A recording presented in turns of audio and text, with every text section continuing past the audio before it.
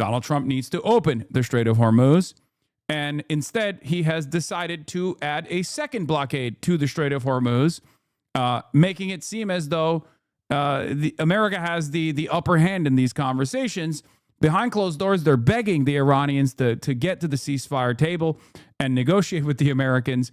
But in public, they're doing this. They're doing a whole lot of this. Gas prices likely won't drop below $3 a gallon until next year. I think he's wrong on that, Trump said. Totally wrong. You're going to see prices drop. You're going to see energy come down like you've never seen it before. All these things are going to happen. But most economists actually agree with the energy secretary. In fact, the government's own estimates project that gas is not going to go back below $3 a gallon until at least 2027, Gail. Everybody's feeling it when you go to gas up your car. Nancy, before you go, news broke yesterday about a shakeup in the president's cabinet. What can you tell us about that? What happened? That's right. Labor Secretary Lori Chavez-DeRemer is leaving now. She's the third member of the president's cabinet to depart in less than 2 months. She's a former Oregon congresswoman, but she had been under scrutiny for possible abuse of her position. And her husband was also banned from Labor Department headquarters after 2 women who worked there alleged that he touched them inappropriately. On Monday, however, the president offered praise for Chavez-DeRemer and said she's just leaving for a job in the private sector, Gail. All right, Nancy, thank you very much. Vice President J.D. Vance is reportedly set to head to Pakistan today for a new round of peace talks with Iran. Right. I say Pakistan, you say Pakistan. Well, Lawrence dated a girl from there, and she said you have to say Pakistan. Right. Pakistan. But Oh, my God. Wow, how cultured. Marcus just dropped on this headline. Vance called off trip to Pakistan! Sorry.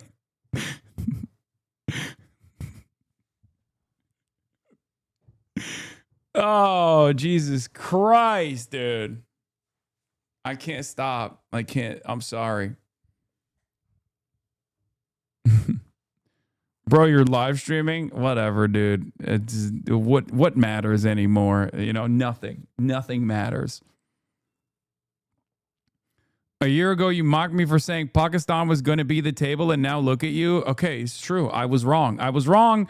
As a Turk, my background forced me not to see the reality that was unfolding in front of our eyes, okay? That Pakistan was going to be the table. I, for the longest time, believed that Turkey was the table, okay? That Turkey was at the table and Turkey was the table. I was wrong. Turkey is no longer at the table. Pakistan is now the table!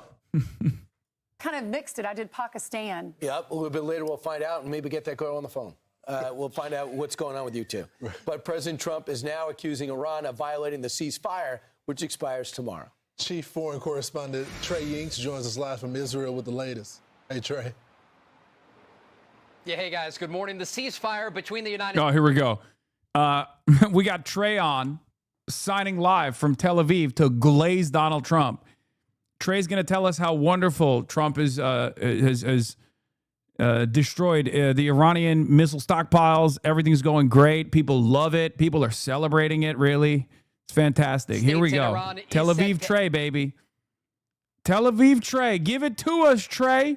And this week, the U.S. Vice President J.D. Vance and the American delegation are expected to travel to Pakistan today, going to Islamabad. State media in Iran, though, says the Iranian delegation has not yet departed for the talks. Iran parliament speaker posted to X overnight saying Trump, by imposing a siege and violating the ceasefire, seeks to turn this negotiating table in his own imagination into a table of surrender or to justify renewed warmongering. We do not accept negotiations under the shadow of threats, and in the past 2 weeks we have prepared to reveal new cards on the battlefield. The reality is that Iran has violated the ceasefire multiple times, specifically in the Strait of Hormuz, where only 16 vessels passed through on Monday. President Trump has indicated he's unlikely to extend the ceasefire, saying this overnight. Frankly, everyone is. They don't talk about it. But you can't let Iran have a nuclear weapon. You want to see a stock market get hit. You cannot let Iran have a nuclear weapon. And they'll use it here. They'll take out the Middle East. They'll knock out Israel in the Middle East. And they'll come to Europe and they'll come here because they are, let's say, ill, if very ill, and we can't let that happen. The president also posted a number of times to Truth Social saying, in part, Israel never talked me into the war with Iran. The results of October 7th added to my lifelong opinion that Iran can never have a nuclear weapon. The Israelis agree with that position and have indicated they are prepared if the war resumes. Israeli Prime Minister Benjamin Netanyahu saying this at a Memorial Day ceremony late Monday. Our flag is planted from the depths of the Gaza Strip to the crown of Mount Hermon, and our pilots control the skies of the region as definitive proof of our superiority over the Iranian Axis. We have not yet finished the work, but the world is already recognizing our determination to defend ourselves, and not only ourselves, but to defend humanity from barbaric fanaticism. President Trump posting to Truth Social that Iran has violated the ceasefire numerous times. This is true not just in the Strait of Hormuz, but remember, in the early hours of this agreement, they were still launching ballistic missiles at Israel and Gulf countries. Guys? Hey, Trey, could you give me an idea? Are we letting ships through? Because we're seeing different reports. First, nobody's getting through. Then we boarded a ship that tried to get through. Do you have any reporting that talks about what's really happening in the Strait? Yeah, the United States is allowing any vessels who are passing through this area to make their way to their final destination as long as they're not coming from Iranian ports. There were some reports overnight indicating that 26 vessels from Iran's shadow fleet were able to make it past the U.S. blockade. There is no evidence of that, and despite what one Democratic senator talked about, there is a concerted effort by the United States to ensure that any vessels that are coming from Iranian ports are turned around or seized, as we saw with that one cargo ship over the weekend. So, Trey, that was just Iranian propaganda, right?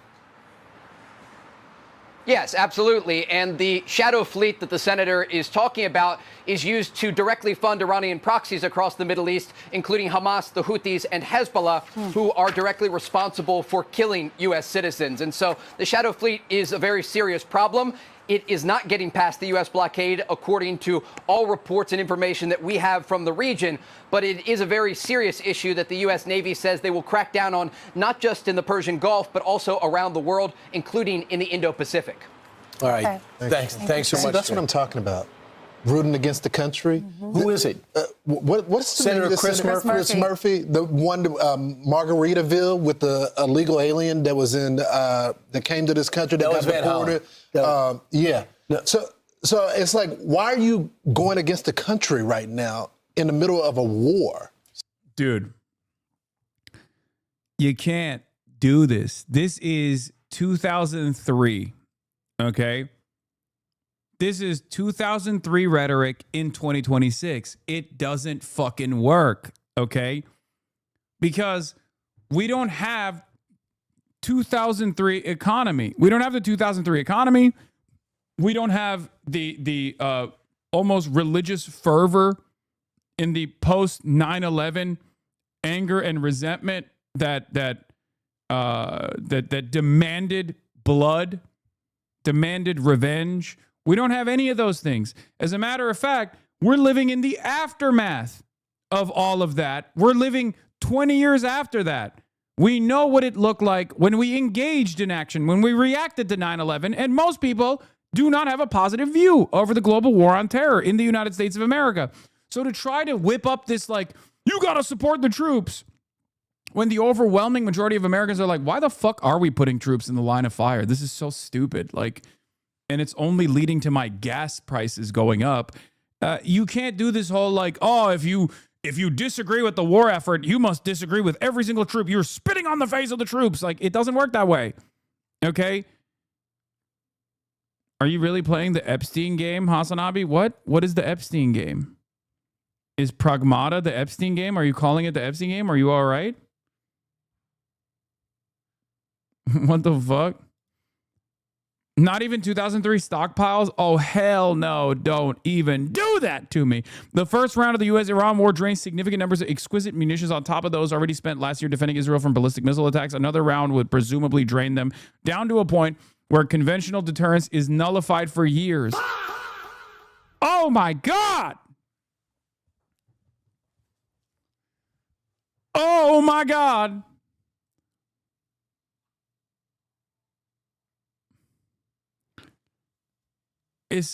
I mean, what do you say? What do you say to this? All right, fuck it. You know, have fun, I guess. What can I say? According to CSIS numbers, over the last 7 weeks of war, the U.S. military has expended most of its stockpile of precision strike missiles, at least half of its inventory of THAAD missiles, and around half of the SM-3 Patriot interceptor stockpile. Oh my Lord, dude. Oh my fucking Lord. This is what I've been saying. And the IRGC says missiles are ready for launch.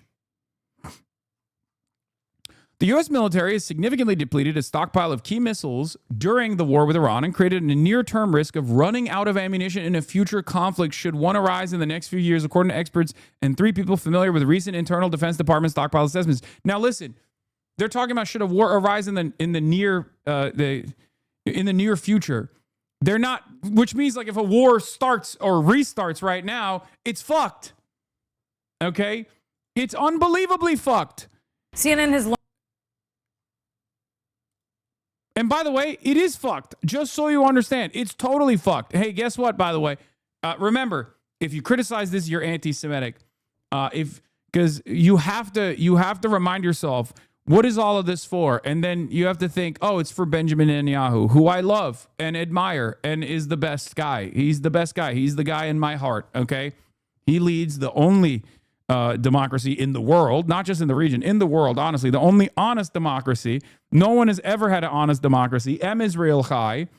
Wonderful that we're doing all this, okay? It is what it is.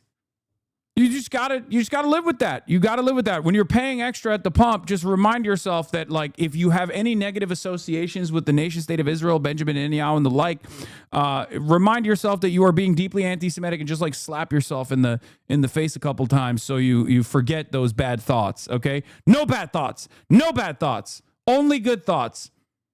Okay, Israel is now a superpower. That's what Benjamin Netanyahu is saying. So, you know. If you're wondering, like, what was all of this for? Well, remember, it's so that Israel gets to achieve its strategic objectives of developing the Greater Israel Project. And that's a good thing. And if you think that's insane, well, then you're bad. You're bad. And the media will yell at you every fucking day. The media will take all of your choice quotes and fucking constantly talk about how dangerous you are, how dangerous of an anti-Semite you are. Okay? That's the reality that we're living in.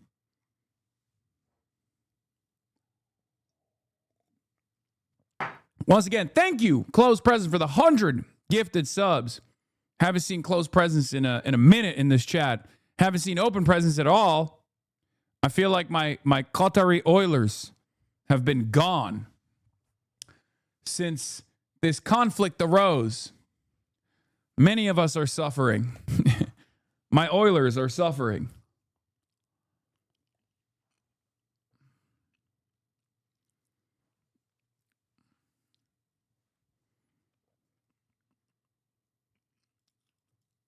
Open Prez is not coming back, methinks. Wait, why? He's gone. He's closed, killed Open, and is now wearing their skin. I have no idea what these people's background is. Like, I don't. I have no idea at all, so I don't know if they were actually from Qatar or not. That was a joke. I don't think they're actually from the nation state of Qatar, the crown jewel of the Gulf, the pearl of the Gulf.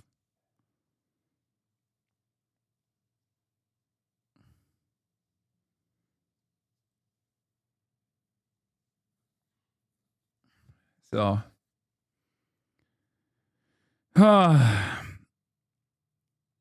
You know every chatter? Yes. Okay.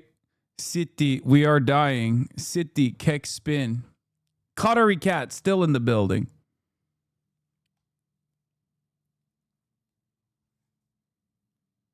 They were Turkish.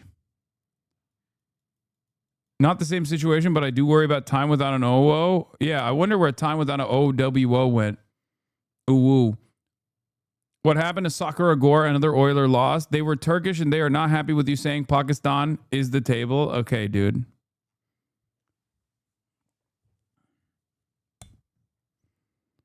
Closed was Qatari. Open is Iranian. Welcome to Trump's new world. Yeah. So what exactly do you support? I support peace and prosperity. I support globo homo. Okay. Luxury gay space communism for all. The Piker Broadcasting Service is sponsored by you, the people, for you, the people. Yes, I support globo homo shepherded by Jewish Bolshevism, International Communist Consortium. We support gay sex. Yeah, free sex, gay sex.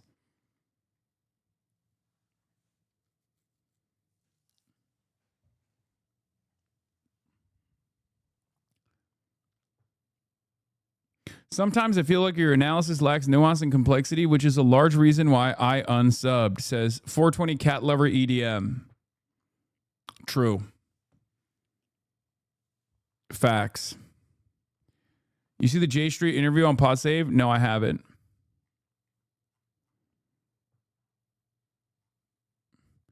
Men would be happier if they were fucking other men. And my analysis lacks the necessary nuance. My analysis on men having sex with other men lacks the necessary nuance, which ironically is this chatter's demand is that I take a black and white stance on men having sex in the affirmative with other men. My rotisserie chicken woke up. Hello. Hello. What are you looking at? What are you looking at?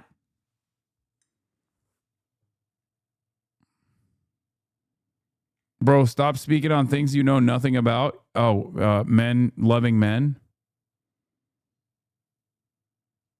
You've never felt the warm embrace of a welcoming hole? Okay, I have. Your mom's.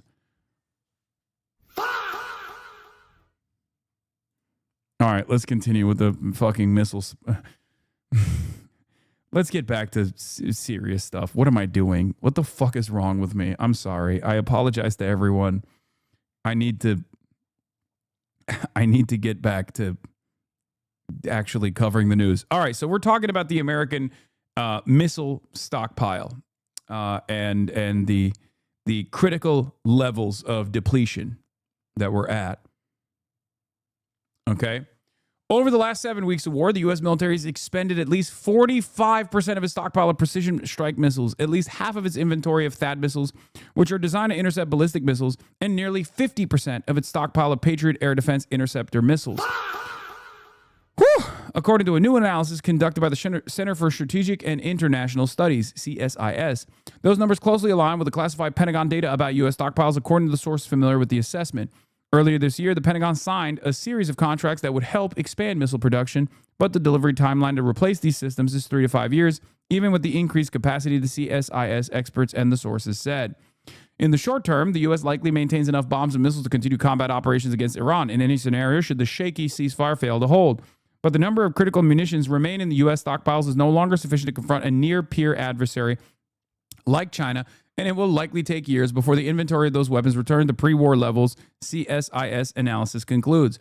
The high munitions expenditures have created a window of increased vulnerability in the Western Pacific. Mark Kankian, a retired U.S. Marine Corps colonel and one of the authors of the CSIS report, told CNN it will take 1 to 4 years to replenish these inventories and several years after that to expand them to where they need to be.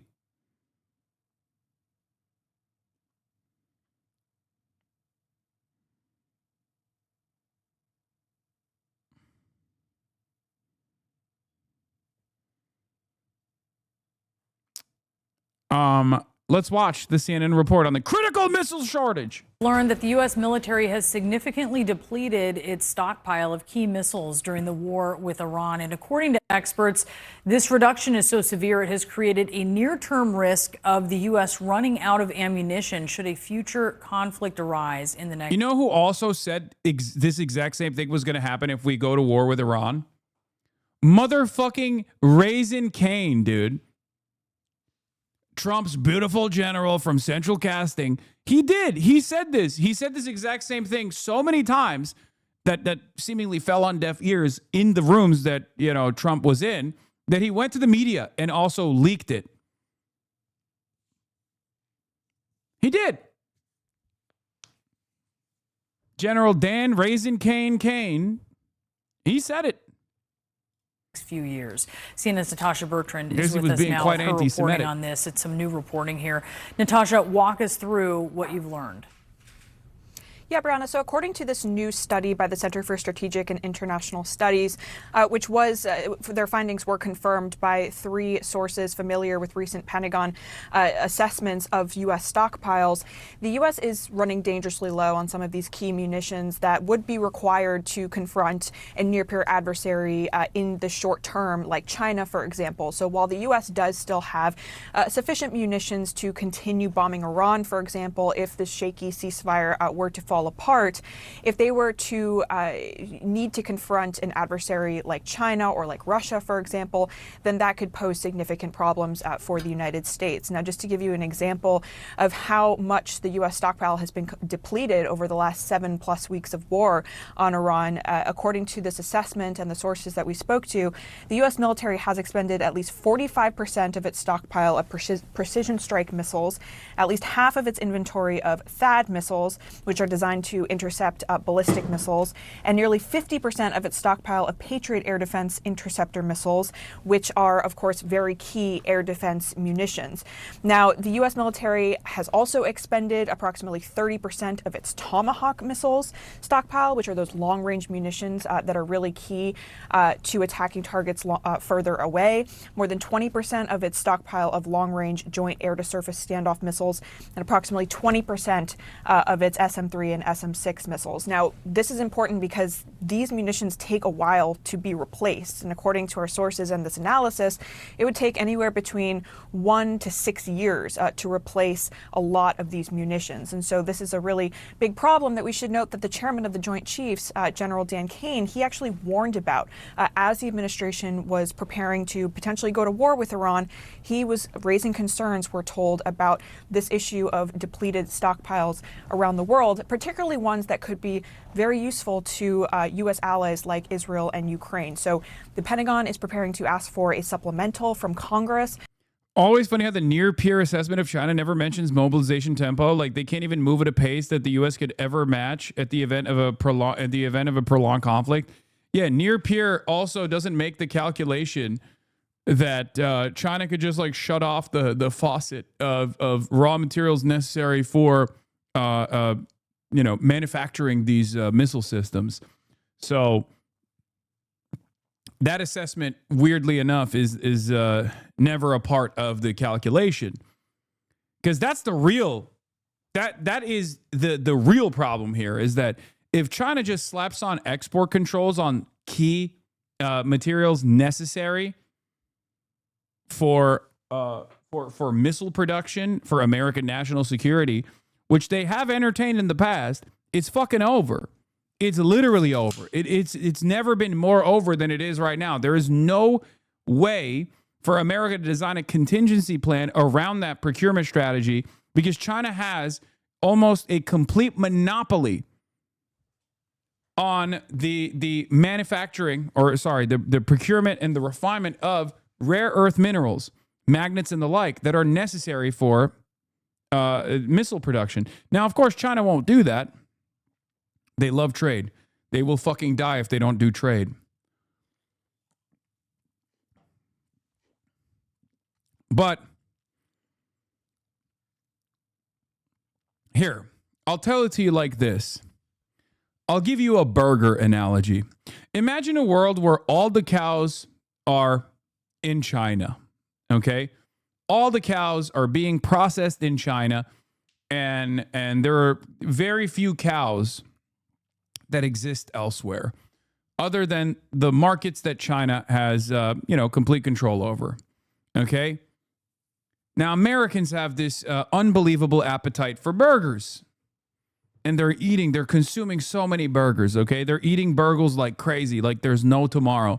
All of a sudden, China says, hey, we're no longer giving you, we love the burgers, we're consuming the burgers ourselves, we're no longer going to give you the cows to make the burgers.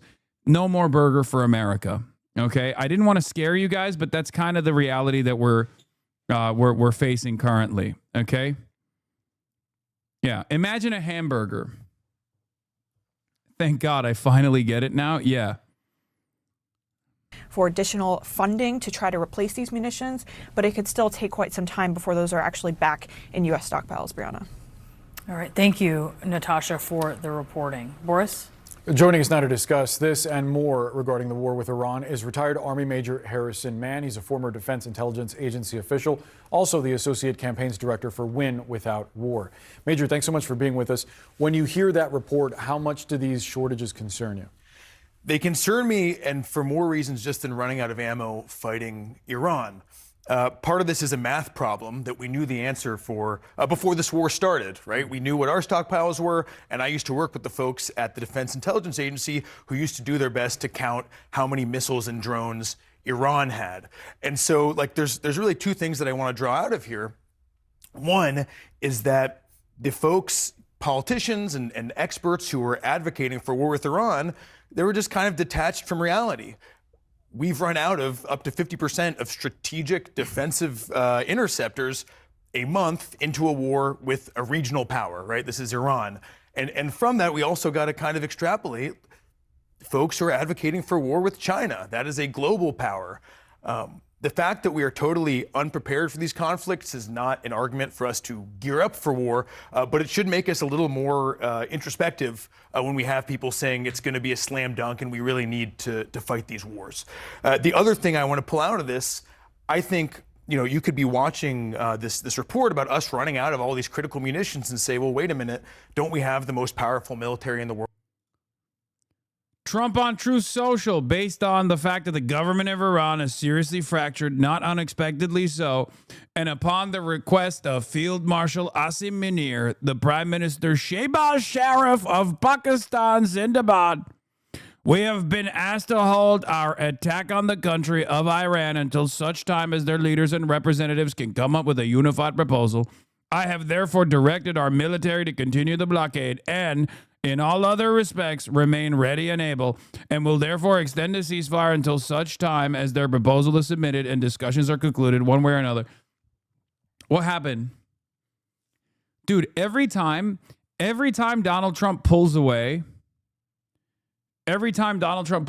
from military action, he presents it in a way where he's like, it's because they're so weak. It would be bad. It would look bad if we just hit our enemy in their weakest moment. Okay.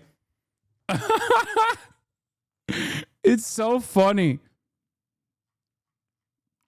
Another Tuesday, another Taco Tuesday. Okay. Now, of course, the problem here is still the continued blockade. He'd rather explode than be seen as weak. It's pathological. Yeah, I think this is turning into Trita Parsi's assessment a little bit. I still think there's perfidy at play here. Mike Huckabee has been recalled to the United States. That's interesting, at least. And also, you have a lot of troop activity leading up to this moment, so who knows what he does.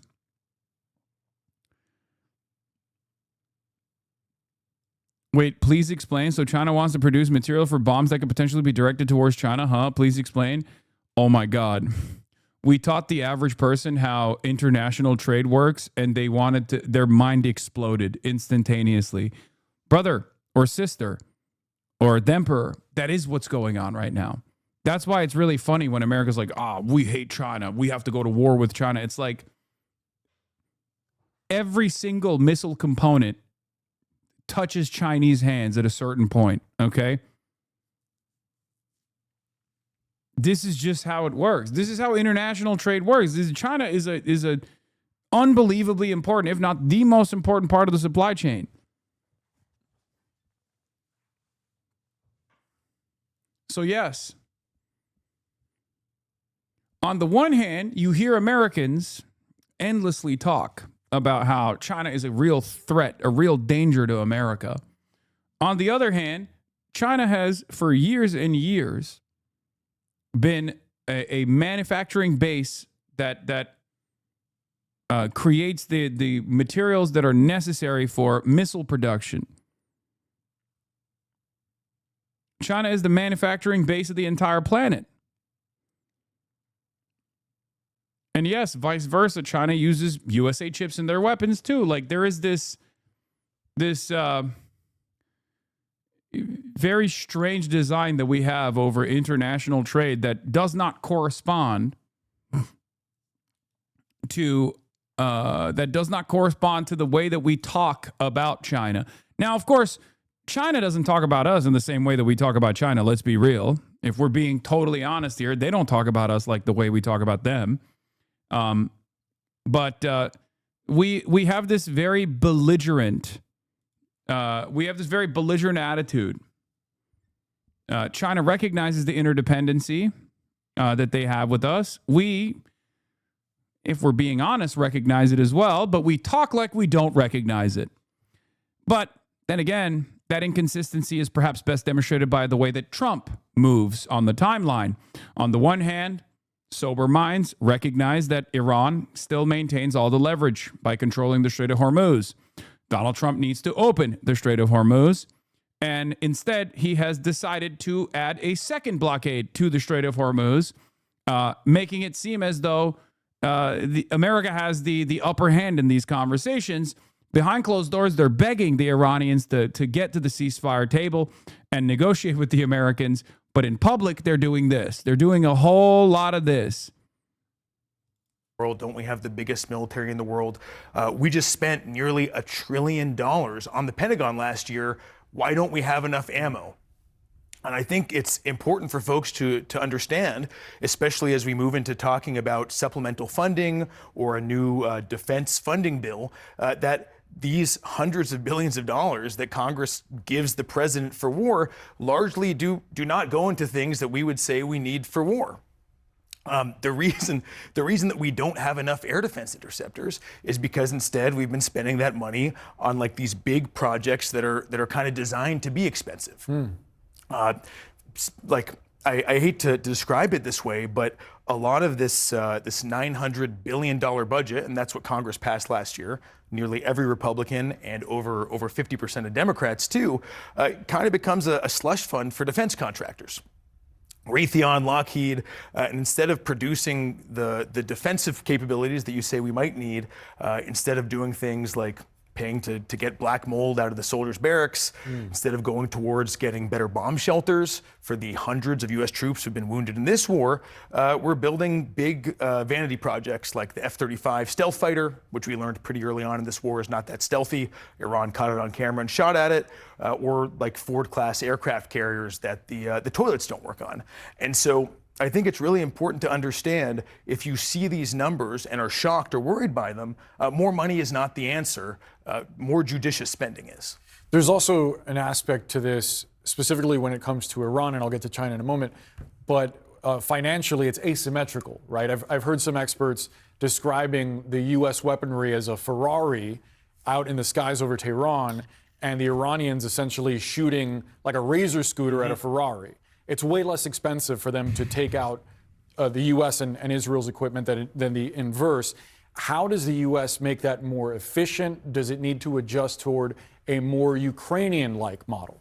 So this is another reflection of our misguided priorities, I would say. Drone proliferation in the Middle East has been a threat for at least a decade. We saw them popping up in the Syrian civil war, and Iran has been a leader in this field. As you mentioned, Ukrainians, out of necessity, figured out much, much cheaper ways to deal with this threat. Why haven't we invested in them? Again, these are because of decisions that Congress and successive military leadership made. U.S., and I mean this, will never be able to engage in the same efficient procurement strategies of the Ukrainian or the Iranian drone manufacturing industry. And there's one reason for that, and especially for Iran, but even this is also the case with Ukraine as well, to a lesser degree. The reason is because of why our defense industry exists. Okay? The Iranian defense industry exists out of necessity. It is for survival. It is for sovereignty. Okay? It's not because America doesn't have the industrial base to do this. Of course we do. I mean, look at China. The reason why is because our military industrial complex does not exist for national security. It exists for profit. The Ukrainian drone industry was built out of necessity. Now, it's still very westernized, and therefore there is an element of profit seeking in that one as well, but it's still ultimately built out of necessity. Okay? And it is especially the case for Iran. Iran's defense sector is not designed for profit. It is designed for survival. That's it.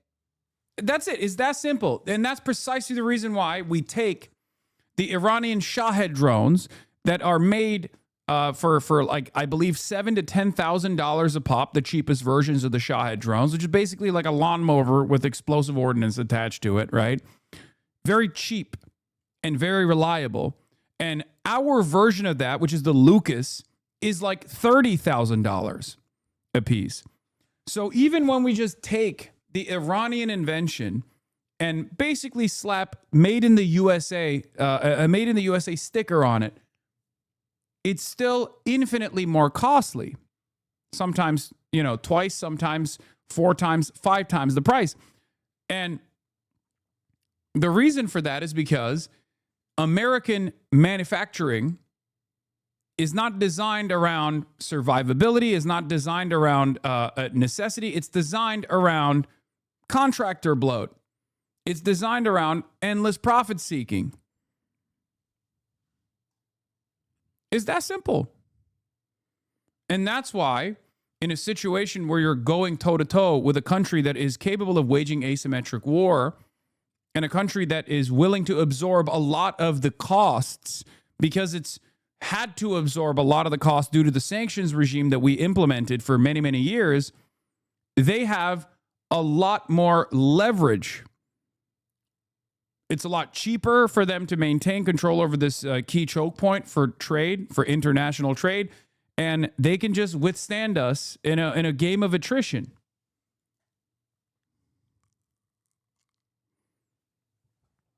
The U.S. defense industry is like the last pillar of our domestic industrial investment, and it's used as a way to pour money into the economy via bloat. And for greed, of course, it is incredibly inefficient, and we get so much less per dollar than many other countries do. Yes.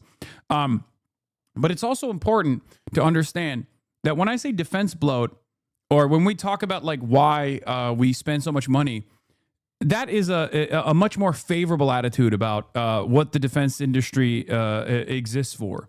It's true that this is the last line of like good, in air quotes, good jobs, reliable jobs, aside from like fracking, right? However, even in that field, much of the money, much of the unlimited expenditures still goes back to financial engineering in the same exact way that all of these companies are no longer companies that manufacture goods and try to make the most reliable good you possibly could have. But instead, all these companies have turned into banks. This is the same for Lockheed Martin. It's the same for Boeing. It's the same for Northrop Grumman. These companies are all banks now, okay? That is the problem. Capitalism has made the United States of America and its imperial war machine, which is a necessity for capitalism to continue, into a much weaker, much more overextended behemoth. In some ways, this is a contradiction working itself out.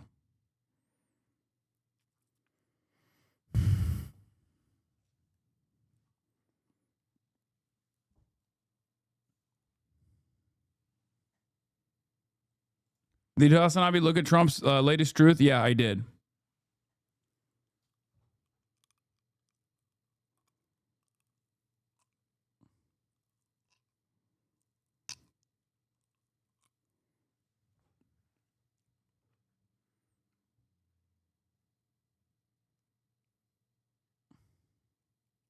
Anyway.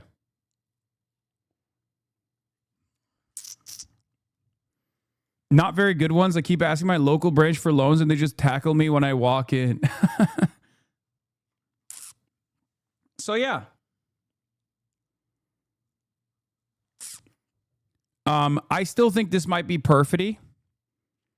Jeremy Scale also seems to agree. Given that the U.S. twice attacked Iran while claiming to be negotiating, we can never rule out that the U.S. and Israel resume the war against Iran, even if talks are scheduled. This is what happened in June 2025 and February 2026. So while the talks are seemingly CNN off, that doesn't necessarily mean they're truly off. Anyway, let's get back to the American stockpiles. War is not that stealthy. Iran caught it on camera and shot at it, or like Ford-class aircraft carriers that the toilets don't work on. And so I think it's really important to understand, if you see these numbers and are shocked or worried by them, more money is not the answer. More judicious spending is. There's also an aspect to this, specifically when it comes to Iran, and I'll get to China in a moment, but financially it's asymmetrical, right? I've heard some experts describing the U.S. weaponry as a Ferrari out in the skies over Tehran, and the Iranians essentially... Yes, this is true. Remember, my brother has said the Bayraktar is like the old reliable. The Bayraktar is like a Toyota Camry, whereas the American drone systems are like a Bentley or a Ferrari. Actually shooting like a Razor scooter at a Ferrari. It's way less expensive for them to take out the U.S. and Israel's equipment than the inverse. How does the U.S. make that more efficient? Does it need to adjust toward a more Ukrainian-like model? So this is another reflection of our misguided priorities, I would say. Drone proliferation in the Middle East has been a threat for at least a decade. We saw them popping up in the Syrian civil war, and Iran has been a leader in this field. As you mentioned, Ukrainians, out of necessity, figured out much, much cheaper ways to deal with this threat. Why haven't we invested in them? Again, these are because of decisions that Congress and successive military leadership made. And it's really unfortunate, because how did the first U.S. troops die in this conflict? It was a drone strike. Yeah. I did want to get your thoughts on China, because this morning President Trump said the U.S. intercepted a ship that had, quote, a gift from China. This is notable because as the president is saying that he was sort of surprised. Trump speculates is crazy. Brother, that's the president. What do you mean?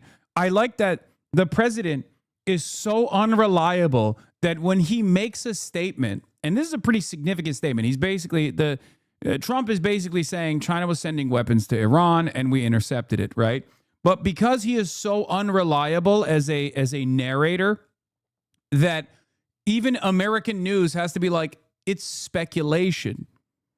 As by this, we talked about last week the letters exchanged between he and President Xi of China, in which Xi effectively promised Trump that that China would not be supplying ammunition to Tehran. Do you think a shipment of arms from China could have gotten sent to Iran without Xi knowing, without Beijing being aware of what was being transported to Iran? I don't think that would be possible, but we also have to note that the accusation here is a dual-use system. I see. So that could be electronics. It doesn't necessarily mean they sent them missiles. A lot of Iran's missiles and drones do depend on electronics, circuit board stuff that they can't manufacture domestically. So this could have been something routine, or it could have been China testing the waters and trying to keep the Iranian war effort going. It's hard to be sure right now. Major Harrison, man, thank you so much for the perspective. Appreciate your time. Thank you. Yeah, dual use is, oh shit, Chris Hedges is with my goat, John Mersheimer, again. By the way, before people say, Hassan, why is John Mersheimer not on the broadcast? We're reaching. We're trying to get to John Mersheimer. We haven't been able to get to him. He has not responded. However, I have had, we are confirmed for Jeffrey Sachs. And when I do talk to Jeffrey Sachs, I'll be like, yo, can you put in a good word? Jeffrey Sachs will be on the broadcast tomorrow. I don't know why I haven't asked Chris Hedges actually to put in a good word with with Papa Mersh. But yeah. Jeffrey Sachs will be on the broadcast tomorrow. And then on Thursday, we still have a sequence of guests. wonderful guests, analysts, brilliant foreign policy analysts. This time on Thursday, of course, it will be Your Rage Gaming. So Jeffrey Sachs on Wednesday, tomorrow, and then Thursday it'll be Your Rage Gaming. We'll be doing Chad Weiss. Yeah. With Your Rage. And no, he will not be talking about, how to pry open the Strait of Hormuz.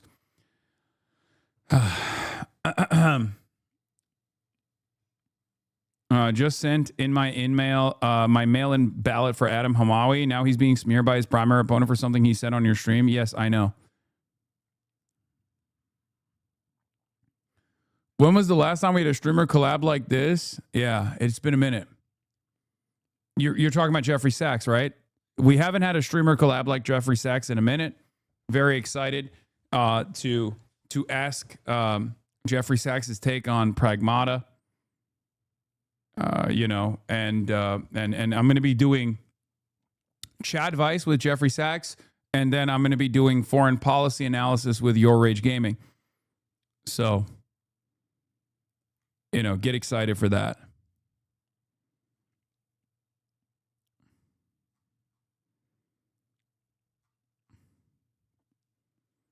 Let YRG take you to the hood? Potentially.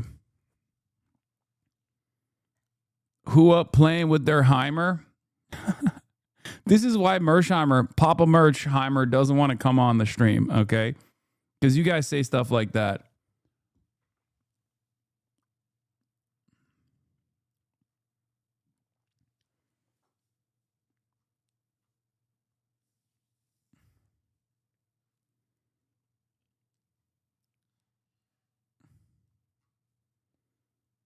You joke, but that would unironically be fucking hysterical content. What, asking Jeffrey Sachs to participate in Chad Weiss and then asking Your Rage Gaming about like how like America's power projection capabilities diminishing around the globe and what that says about a future where America might not be the hegemon? Yeah, that's what I should do. You're right. Jeffrey Sachs takes me to the hood. Anyway. Get them on for both. I should have Jeffrey Sachs and Your Rage Gaming at the same time.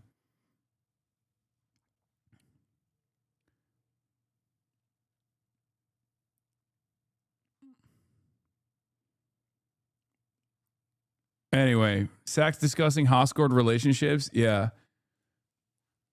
Jeffrey Sachs, what do you think about the polycule that I'm in Utah? This polycule that I'm in has caused me great distress.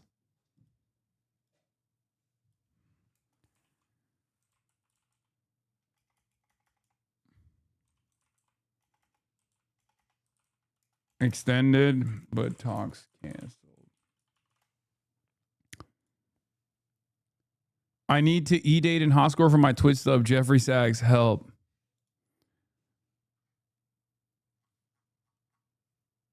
As well as international law. Iran says... Oh, we'll do this after. Well, and you heard Pete Hegseth. He said this at every single press conference. He says, when you read some of these headlines from a lot of the media, the legacy media, whose side are you on? Because I'm under the impression you're under the side of Iran and not America. You're rooting for Iran. So Senator Chris Murphy everything he says is so against this president. It's really against the country. Every time Senator Schumer talks on the floor, talks about things that he thinks are going wrong with the war. He preferred the JCPOA, which he didn't vote for, and we have that soundbite. But Chris Murphy is probably the worst. Sees himself as a presidential candidate, but now cheering for Iranian propaganda, hoping it's true. And here it is. The original post. At least 26 Iranian shadow fleet vessels bypass U.S. blockade.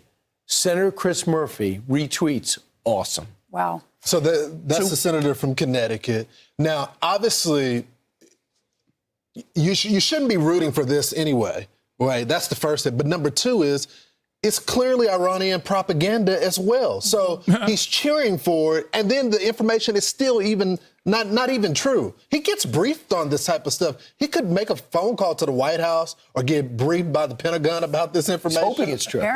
Apparently, China's president did make a call with the Saudi crown prince. And this is what he said to him. The Strait of Hormuz should remain open to normal passage, as this serves the common interests of regional countries and the international community. No joke. Hey, President Xi, snap out of it. It is Iran who you finance, support, and arm up and buy their oil, 90% of it, that has shut down the strait. Why are you calling Saudi Arabia saying open up the strait? Also, they're the ones who got to redirect all the oil around the strait. Also, why would the Saudis reopen it after Iran has been attacking them? Right, but they can't. But they're not in control of that. Why would they even try to help with this negotiation when China has been silent on Iran attacking the Gulf states when they didn't even do offensive measures? The Gulf states should turn the screws on Iran and say, if you want to do business with us, stop on China. Stop doing business with Iran. These shouldn't be friendly calls. And China is the wild card here. If China says, I need oil from Iran, and now any Iranian ship cannot deliver oil, they're the ones who should turn around and say, Iran, open up the strait. That's the theory. And even though they have some oil in reserve, this is straining their economy. Yeah, don't forget, this is just Iranian ports. This is not allowing their ships to allow them to transport oil to other countries. We're not allowing any of their ships or their vessels to go through the Strait of Hormuz if they came from one of their ports. It's open to everybody else. Yep. Robert Levinson's son joined me earlier. Now, Robert Levinson, if you don't remember, is a CIA agent that was picked up on Kish Island 20 years ago. And they've been trying to find out what happened to him. And they've been going multiple times to Iran. And these people are evil personified. They take hostages. They torture the hostages. They ask for ransom back. People like President Biden actually give them money for people. But Levinson, there's so much mystery wrapped around it. So I asked him how he feels about this. And he also said what makes it doubly hard is Iran's ambassador to Pakistan is the one who kidnapped his father. And he's got a diplomatic position, prestigious in that world in Pakistan. And he's negotiating on this peace deal with us. Watch. There's only a few people in the world who know exactly what happened to my dad, who were involved in what happened to my dad. The FBI identified 5 of them. One of them was killed in the initial airstrikes at the start of this conflict. And another one is hiding in plain sight. He's right out there. He was at these talks, helping coordinate things. And it's a slap in the face to our family, slap in the face to the United States of America, because I don't know what the heck he's doing over there. And that Pakistanis allowed this. It hurts their credibility as an independent intermediary between the two countries. You're right, man. We shouldn't negotiate with foreign adversaries. Sorry, it makes you mad. Got it. Like, what do you mean? What is this? They don't understand sarcasm. You had to come out and say it was sarcasm. Oh yeah, I do take a lot of pleasure in seeing even someone like Chris Murphy having to experience the same type of cynical outrage manufacturing that I have to withstand with regular frequency. You know? Yeah, it's very funny. Chris Murphy was very obviously being sarcastic, but you're not allowed to do sarcasm, clearly. To that I say, legalize comedy. Yeah. Anyway, I don't care about what this guy's complaining about. Let's get to Donald Trump. Earlier this morning, delivering an incredible interview with CNBC, where he just says ridiculous shit. Join us now on the Squawk Newsline. And then afterwards, we will get to Goat Talk with Chris Hedges and John Goatsheimer. That if the U.S. can... Okay, get excited for that. President Donald J. Trump. President Trump, welcome. Thanks for joining us this morning. Well, thank you very much, Joe. You are very welcome. Can you give us, I think it's on everyone's mind, the latest on where the Iran negotiations stand? We now know Tehran has publicly confirmed that it will send representatives to the meeting with Vice President Vance. What do you expect? What are you hearing at this point, sir? Well, as I said 2 days ago when they said they won't send them, I said they'll be sending them. They have no choice but to send them. What I think is that we're going to end up with a great deal. I think they have no choice. We've taken out their Navy. We've taken out their Air Force. We've taken out their leaders, frankly, which does complicate things in one way, but these leaders are much more rational. It is regime change, no matter what you want to call it, which is not something I said I was going to do, but I've done it, indirectly maybe, but I've done it. And I think we're in a very strong negotiating position to do what other presidents should have done during a 47-year period. We have 47 years where these bloodthirsty people have been killing a lot of soldiers, a lot of our soldiers, and a lot of other people. They've killed 42,000 people over the last 2 months. And, you get to a point where people don't want to mention that. They don't like mentioning that. 42,000 unarmed protesters, innocent unarmed protesters, many of them hung. So we're not dealing with the nicest group of people, but we're dealing with them very successfully, and the blockade has been a tremendous success. They said 2 days ago, we will open the strait. I said, no, we're not going to open the strait until we have a final deal. No, we want to open the strait. They said, we're not opening. We totally control the strait, just so you understand, for all the fake news out there. And, Mr. President, we've seen 100 days of the largest protests in Iran since the revolution in 1979. And I know how much you respect. We live in a totally separate planet here in the United States of America. Like, no, 42,000 protesters with the biggest penises you've ever seen had not been hanged by the Iranian government, okay? That's what Donald Trump is claiming, okay? Don't get mad at me. He said they're all hung, okay? None of those things have happened. Okay, that's ridiculous. And even if that ridiculous claim were to be true, it's still additionally ridiculous to blow up the Iranian fucking the pipelines and the Iranian bridges that 93 million people still use, and the Iranian power plants that, again, 93 million people use. That's not a solution to this problem. Not only is it not true, but also, even if it was true, what the fuck is your solution? To wipe out the entire Iranian civilization? How is that somehow a solution to this problem? And admire and are concerned with the Iranian people themselves. And this is, I think, in large degree, one of the reasons you decided to embark on this whole thing, maybe among other things, but the timing was right. If we get close in negotiations right now, but the deadline for the ceasefire is tomorrow. Yes, I listened to the Daily today. It pissed me off to no end. Oh, my God. Oh, my fucking God. The New York Times Daily still doing the damn thing. If it looks like things are... Like, the Daily, basically, when it comes to foreign policy, is a way to manufacture consent for the most liberal audience to still feel reluctantly on board with whatever fucking military action we decide to do against whatever foreign adversary we've designed. Where that's their primary purpose, is to be like, listen, guys, I know you might not. I know that, our libtard audience might be feeling some type of way about our, bombing campaigns directed by the president, who has said he's going to do a genocide against the Iranian population. But here are two Iranians that are, not in Iran currently, and how they also think that American military action is totally justifiable here. It's unbelievable. I basically listen to it when I'm lifting to piss me off so I can get better gains in the mornings, okay?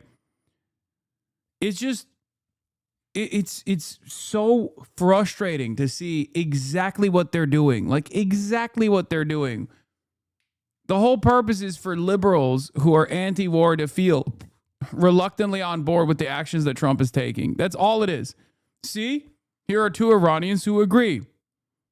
And obviously, in an effort to maintain some kind of credibility, they will mention that, like, there are other Iranians, including the first guy's wife who lives in Iran, who's like, shut the fuck up. Of course, bombs are not good, right? They'll they'll show both sides of the story. But the two key fixtures in the commentary are two people that are not in Iran currently, that are excited to go back to Iran, who still tell you, blowing up Iran might not be the worst option here because we're so desperate for a regime change. Are progressing, will you not necessarily extend it to a definitive amount of time, but will you let it keep going if there's progress in the talks before taking? Well, I don't want to do that. We don't have that much time because by the time both parties get there, as you know, they just got the okay to go forward, which I knew they were going to do anyway. I mean, I don't think they had a choice. They have to negotiate. And, the one thing I'll say is this: Iran can get themselves on a very good footing if they make a deal. They can make themselves into a strong nation again, a wonderful nation again. They have incredible people. But they seem to be, bloodthirsty. They're led by some very, very unfortunately tough people. And I don't mean tough in a good way. I think it's very negative for the country because we're much tougher than they are, like not even close. But they have to use reason and they have to use common sense, and they can get themselves into a great position to make themselves into a great country, but a legitimate country, not a country based on death and horror.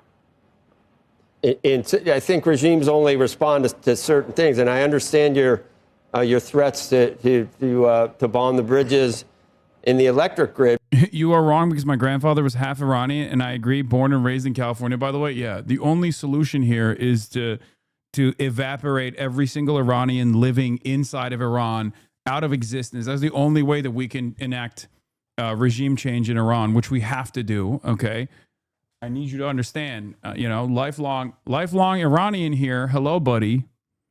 I'm from Tehrangeles. Okay, and I'm here to tell you this is what we got to do so I can get Cuba Day one day. But I don't think the regime cares about the people of Iran. And if okay, sure, if you did that, I'm sure it's the last thing you'd probably want to do, but it would hurt at least some of the people that we care about and why we embarked on this in the first place. So that would be, I'm sure, a last resort for you. It's not my choice, but it will also hurt them. It'll hurt them militarily. They use the bridges for their weapons, for their missile movements. They're trying to move the missiles because we've obliterated most of their missiles, and they're trying to move the missiles. I'm blowing up the bridges for the missile movements around, even during the ceasefire, which I think was a good thing because we're totally loaded up. We have so much ammo. We have so much of everything that we've, much more powerful than it was 4 or 5 weeks ago. So we've used this to restock, and they probably have done a little bit of restocking. We caught a ship yesterday that had some things on it which wasn't very nice. A gift from China, perhaps. I don't know. But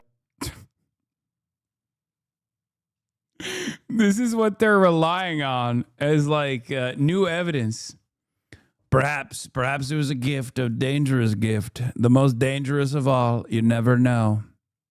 I was a little surprised, but because I have a very good relationship, and I thought I had an understanding with. How did she betray me? How did he do it? How did she do it? I said, not my she.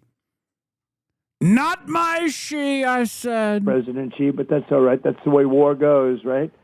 But I will tell you that we have, our military is incredible, what we've done. I mean, think of it. In the first 3 days, we took out their entire Navy, 159 ships. 159 ships, and wiped out their Air Force, wiped out their anti-aircraft, all of their anti-aircraft apparatus is all gone. All of their radar is gone. Their leaders are gone. Their leaders are gone. The whole thing is gone.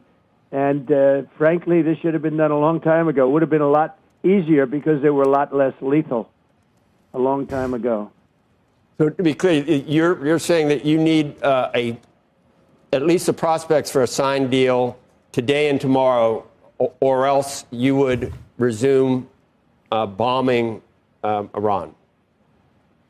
Well, I expect to be bombing because I think that's a better attitude to go in with. But we're ready to go. I mean, the military is raring to go. They are absolutely incredible. I built the military in my first term. I'm using it now. The military, when I took it over from Barack Hussein Obama, it was so depleted, so sad.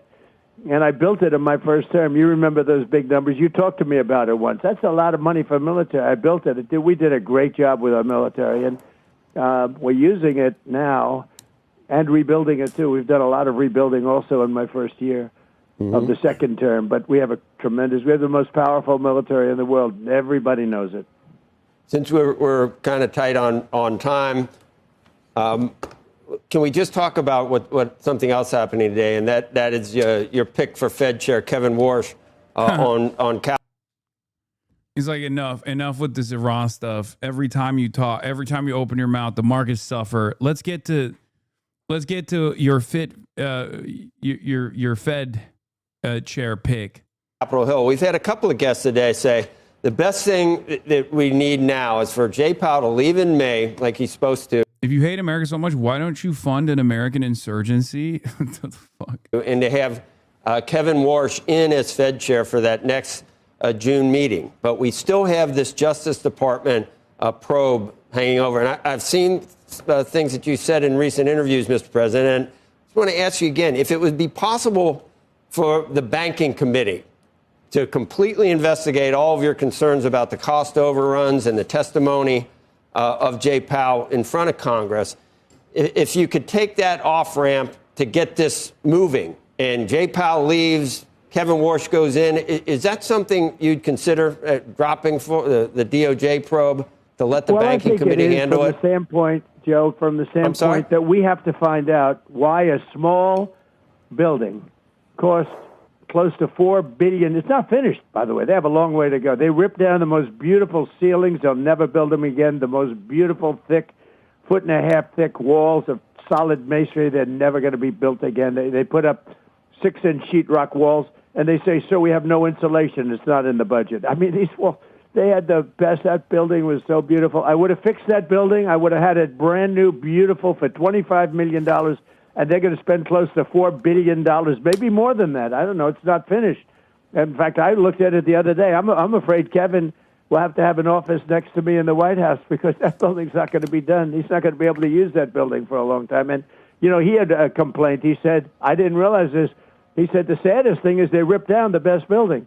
He said there was a building that had beautiful boardrooms that he used many times when he was there, that beautiful boardrooms and meeting rooms. It was so beautiful. The nicest in Washington, and he said they ripped it down, and maybe they did that to save money, like the Gavin Newsom, the railroad with it.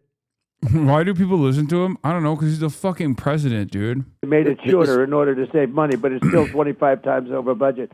But the worst I've ever heard is the railroad in California, and I think this might be worse. Think of it. I would have fixed that building. We have to. Like, it's one of those situations where no matter how unhinged or unstable or demented he clearly is, his words still hold tremendous weight. This is what happens when you have a fucking toddler for president, but, you know, he's still the president. Beautiful. Quickly. 25 million would have been like a brand new building. All the ceilings would have been left. All those beautiful, thick walls with gorgeous moldings would have been left. You're going to get a sheetrock ceiling, a sheetrock wall without insulation. They said, "Sir, insulation's not in the budget." Insulation costs you $100 a room. The whole thing is crazy, and they're at $4. I think it's going to cost more than $4 billion when it's finished. But it would somehow somehow we have to find out how this can happen. It's not the first time. How does this happen? Did the contractor make $3.5 billion? Right. You know, if the Banking Committee could take it over. I can't imagine that Too Late is taking money on construction. I can't. But it's possible. But we have to find out why is a job that should have. I mean, this is the thing that he loves talking about. So it's really funny that this was the entry point into any sort of. This was the entry point into like creating a big deal, a controversy around the current Fed chair, because it's right in his wheelhouse. He loves talking about building buildings. He's like, this is the one thing. That's why he never shuts the fuck up about the ballroom. Like,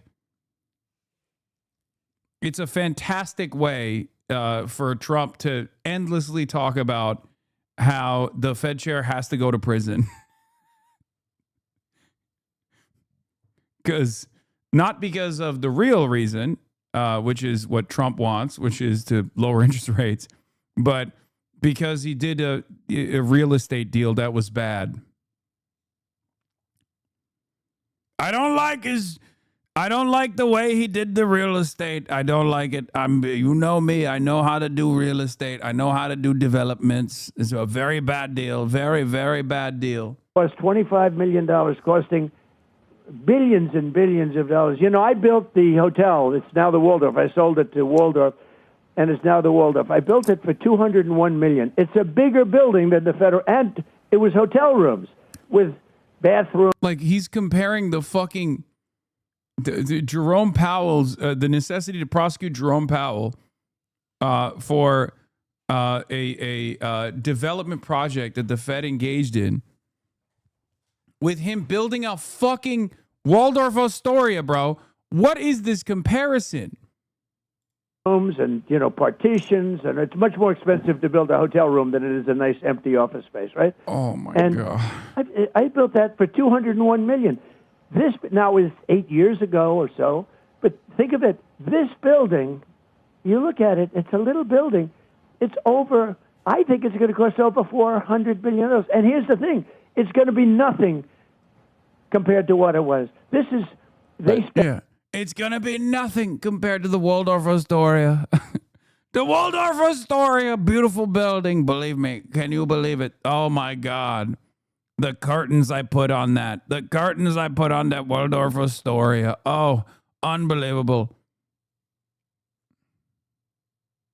And $4 billion, and it's nothing compared to what it was. It was beautiful. It had beautiful ceilings. They were all destroyed. They took them down.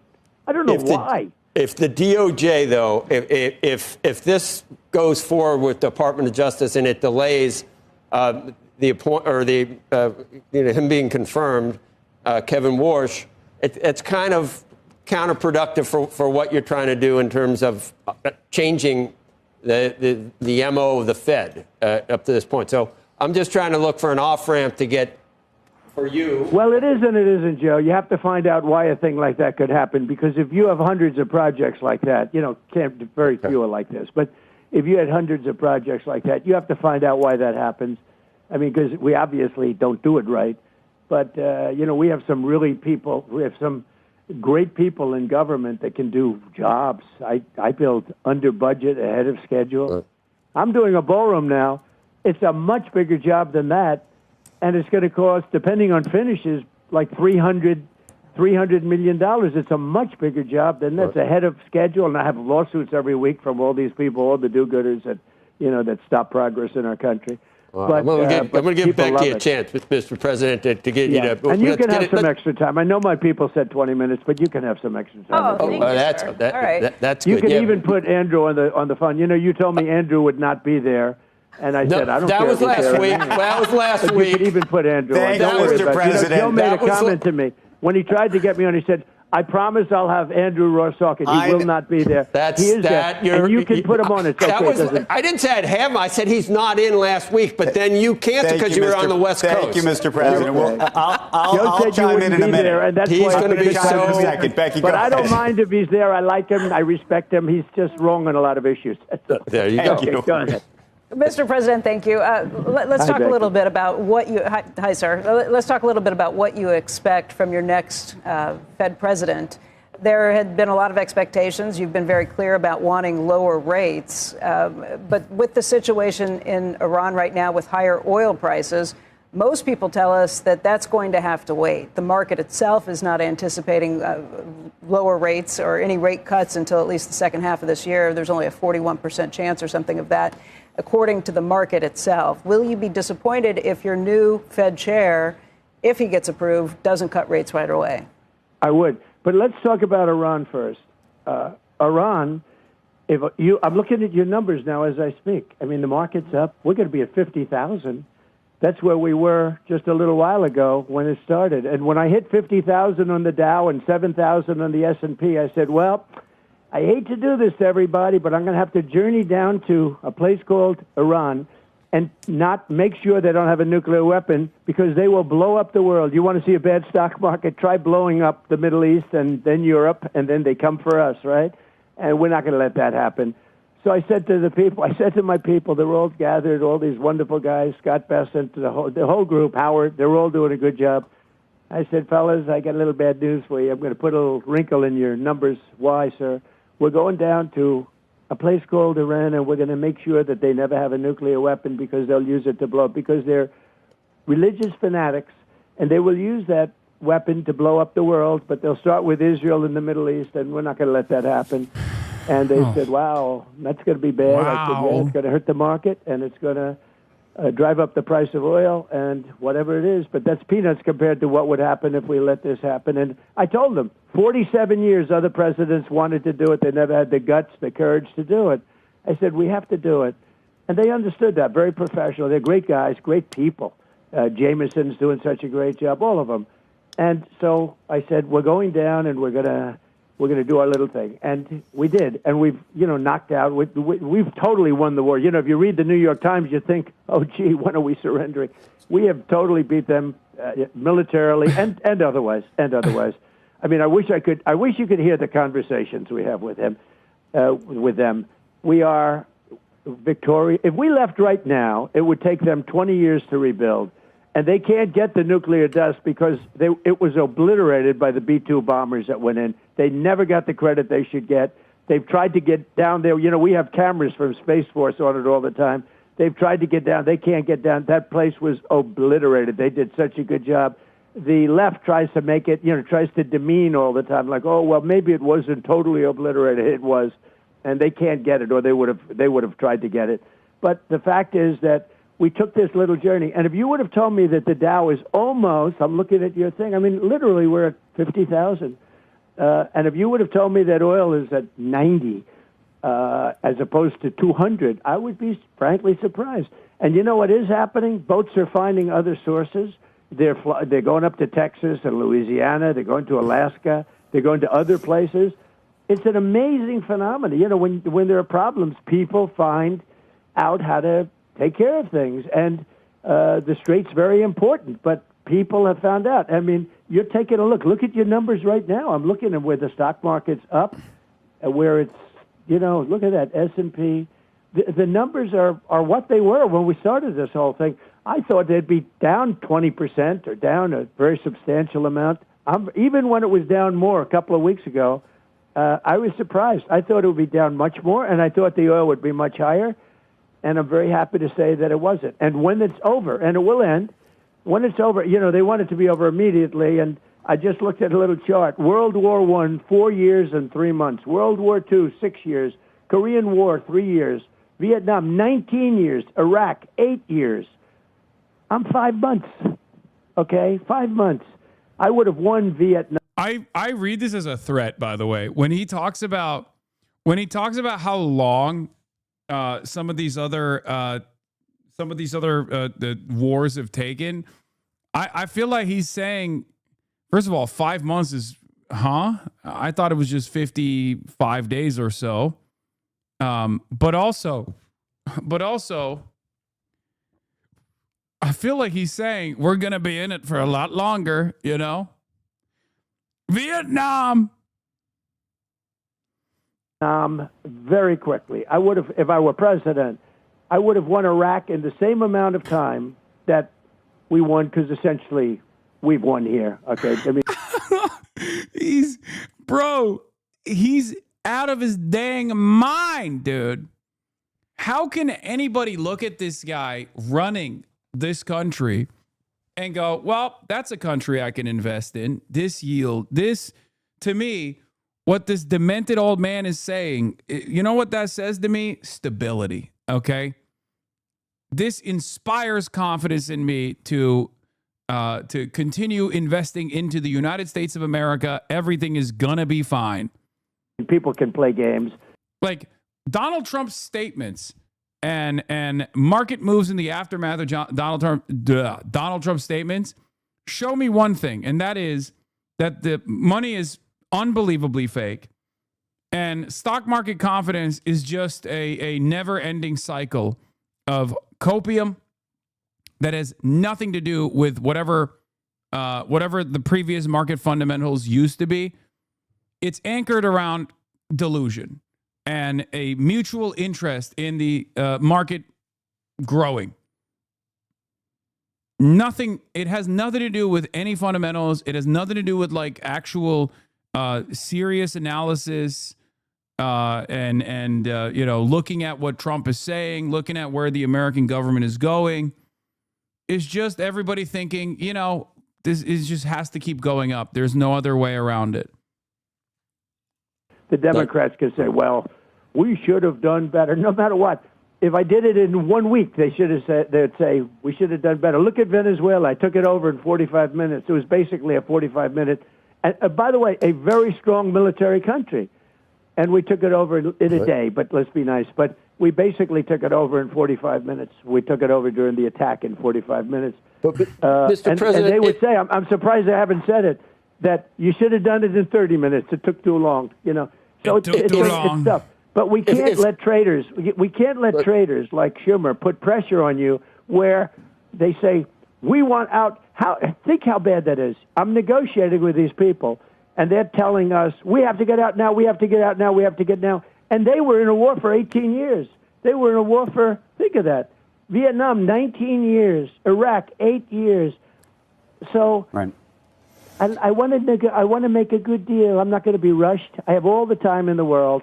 I want to make not a good deal. I want to make a great deal. I don't want to do this, go through this.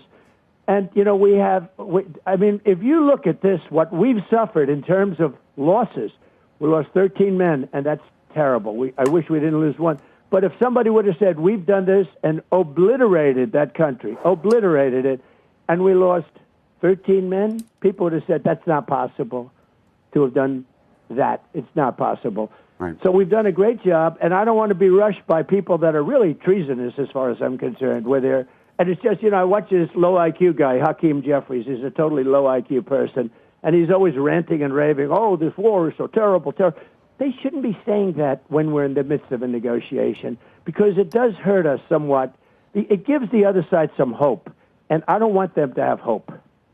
Mr. President, I wanted to ask you about Anthropic, if I could, for a second, because this is a company that your administration has declared a supply chain risk.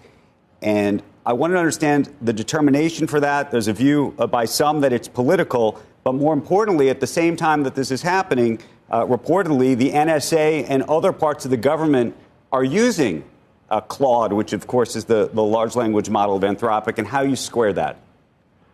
Well, Anthropic is a group of very smart people, but they started telling our military how to operate, and we didn't want that. And they tend to be on the left, radical left, but we get along with them. In fact, they came to the office. They came to the White House a few days ago, and we had some very good talks with them, and I think they're shaping up. They're very smart, and I think they can be of great use. I like smart people. I like high IQ people, and they definitely have high IQs, It's one of those things, and I think we'll get along with them just fine.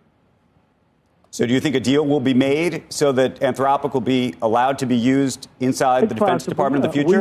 We want the smartest people. Now, in the meantime, we replaced Anthropic with somebody else. You know who they are, and they're very, very smart people. Sam Altman, a very, very smart group. We have a lot of smart groups. We have some brilliant people. We have the most brilliant people in the world. President Xi told me that. He said Silicon Valley, he called it Silicon Valley. During a conversation, I have a great relationship with him. He said, you have the smartest people in the world. And we do. You take a look at what's happening with Jensen and all of these people, and they're great. President Xi, I call him. Silicon Valley, I call it. Very high IQ people. She said, you have the most high IQ people. They're so handsome. They are so handsome. IRGC Media Tasnim's information from various sources indicates that Iran had not requested an extension of the ceasefire. That's unsurprising. We kind of know that already. Donald Trump decided to extend the ceasefire on his own. And yes, Trita Parsi's assessment was somewhat correct for the record. I will get to that in a second. Trump caves and agrees to the extended ceasefire while presenting it as a function of the Iranian government being in disarray. Very importantly, he's also extending the ceasefire indefinitely, which reflects the outcome I have argued is the most likely. No deal, no sanctions relief, no nuclear compromise, no return to war while Iran continues to control the strait. Not a stable situation, but one in which Trump pockets the central thing he sought, which is exiting the war, while Iran is bereft of the main thing it was looking for, sanctions lifting. The one aspect of this back and forth that I consider to be interesting, however, is that while there is an ungraceful exit seemingly from this weird limbo that we're in now, is the Strait of Hormuz closed? Is the Strait of Hormuz open? Well, the one thing that remains is that it is actually closed, right? The American Navy is still closing the Strait of Hormuz. So if that's the case, if the American Navy is still very much firmly keeping the Strait of Hormuz closed, then the economic impact will still continue. And therefore, in this war of attrition, that's still beneficial for Iran. It's not as beneficial for Iran because they don't get their maximalist goals across, which is, again, sanctions relief, obviously. But I see this as potential perfidy. Your Zateo article just dropped. Oh, hell yeah. Inside the heart and mind of Hassan Piker. Prem Tucker traveled to LA to go beyond the media outrage and talk directly with a Twitch streamer and prominent leftist about religion, politics, war, and whether he'd go on Tucker Carlson's show. Nice.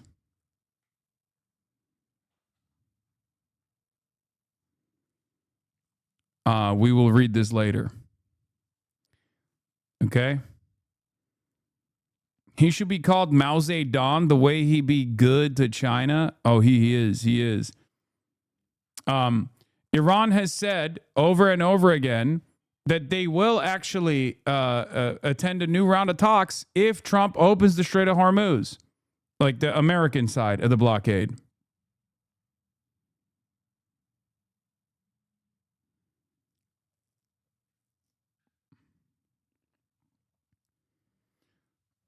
Barack Ravid knows the real reason behind the extension. Behind the scenes, one reason for Trump's decision is that the U.S. and Pakistani mediators have been waiting for Iran's Supreme Leader Moshtaba Khamenei to respond to the latest proposal and give a clear directive to his negotiators, according to a regional source familiar with the mediation efforts and an Israeli source with knowledge of the discussions.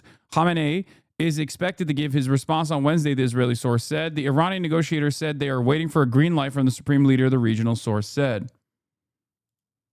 Let's see what the Iranians are saying, though. Iran's permanent rep to the UN, Iravani, as soon as the U.S. breaks the naval blockade, the next round of negotiations will take place in Islamabad. So I believe the Iranian side on this, more so than the idea that Moshtaba Khamenei has final say here, and that's the reason why they haven't been able to move on the talks. And the reason why I say that is because these are the very same sources on the American side and the Israeli side that said Moshtaba Khamenei was probably dead. Okay? So they are the ones who, for the longest time, said he was incapable of making decisions because he's dead or close to being dead. And now they're the ones who are like, oh, just kidding. He's alive, actually. And also gay. Yeah, they were like, he's both dead and gay. Or half dead and definitely full gay. And now they're like, oh, he's gay, but also making decisions and alive now. You know?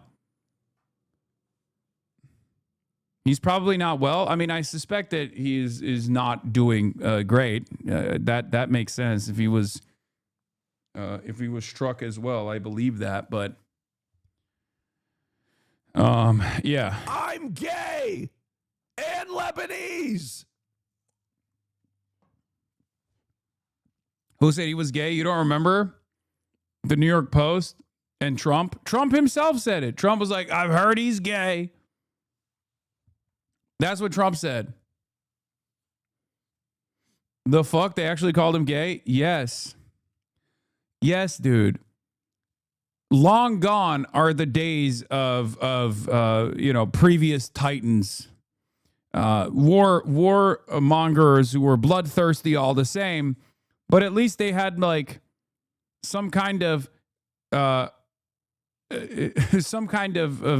competent media strategy. Nowadays, we just, say he's dead and gay and call it a day. Yeah, you don't remember? Did the CIA tell you that Ayatollah Jr.'s gay? Well, they did say that, but I don't know if it was only them. I think a lot of people are saying that.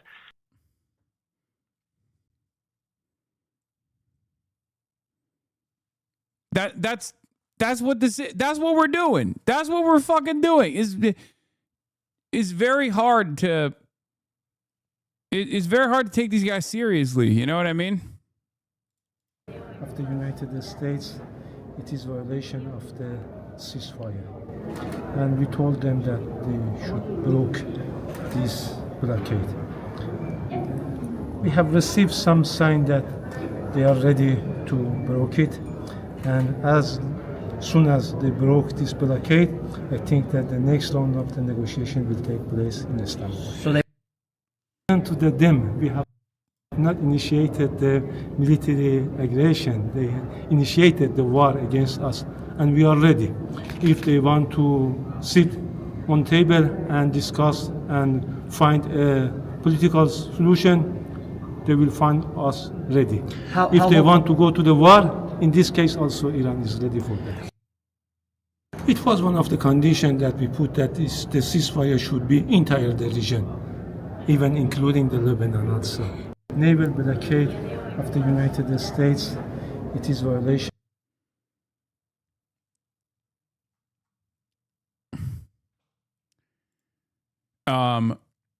More from Reuters, from Phil Stewart, chief national security reporter for Reuters. U.S. President Donald Trump's ceasefire extension is a ploy to buy time for a surprise strike. An advisor to Iran's parliament speaker and top negotiator Mohammad Bakr Kalibaf said on Tuesday. Kalibaf's advisor said on a post on X that the continuation of the U.S. blockade on Iranian ports was no different from bombardment and must be met with a military response. These were the alerts from an Iranian official hitting the Reuters wire. Trump's ceasefire extension means nothing. The losing side cannot dictate terms. Advisor to Iran's parliament speaker, Kalibaf. Continuation of the blockade is no different from bombardment and must be met with a military response. Advisor to Iran's parliament speaker says Trump's ceasefire extension is certainly a ploy to buy time for a surprise strike. Iran must take initiative, advisor to Iran's parliament speaker says. I do think that there is a high likelihood that this is perfidy to once again restart the bombing campaign. Obviously not like a full-blown military occupation. They don't have enough troops amassed in the region for a full-blown military invasion. They might have enough now for a special operation, like trying to control the coastline of Iran and trying to seize, like, maybe not Karg Island, but one of the islands in the region to apply pressure to gain some kind of leverage over Iran. But they clearly do not have enough troops. The American military, as it stands currently, does not have enough active duty combat troops that are combat ready, that are willing to take on a combat role to wage war on Iran. Okay.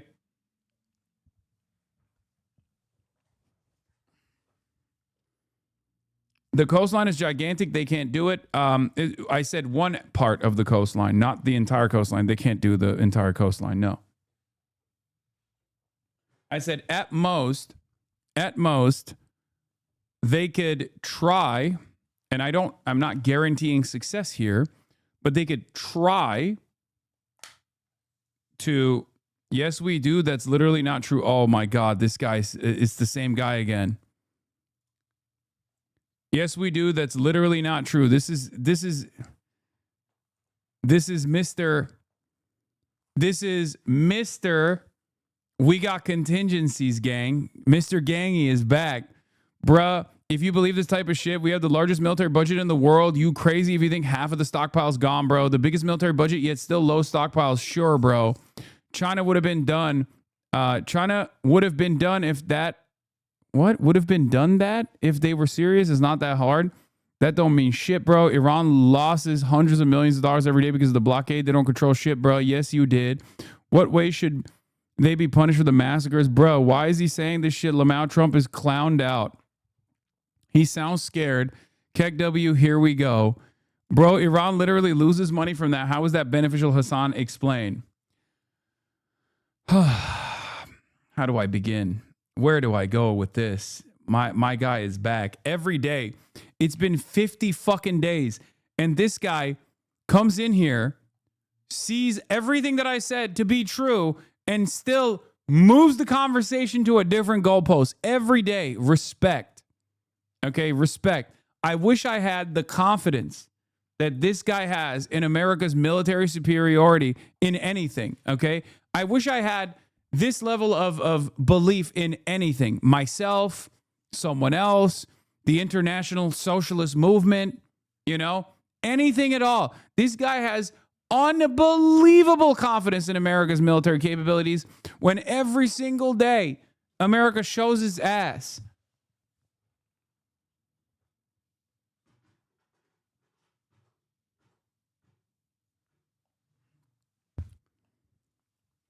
This is Mr. Contingency. Okay, he's back.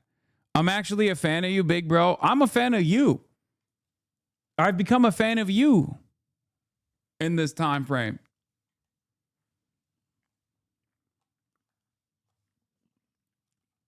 I know you're a fan. You come in here every day to try to argue with me with the dumbest talking points I've ever heard in my entire life. We'll look at like military analysts.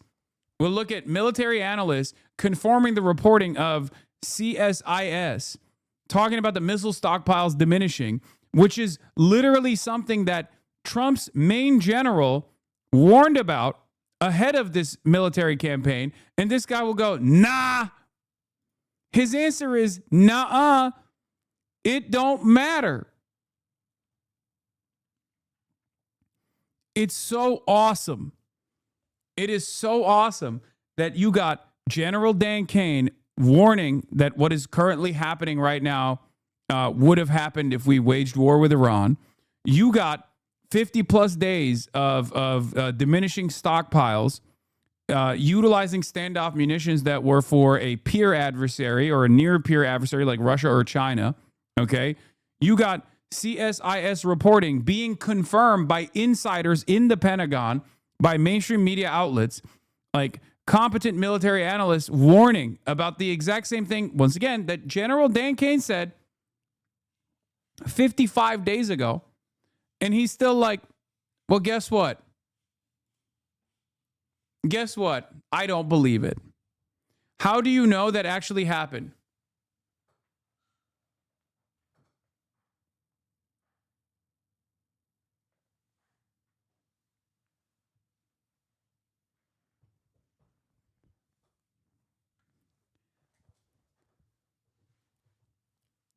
How can you know anything if you don't literally see with your own two eyes at that point?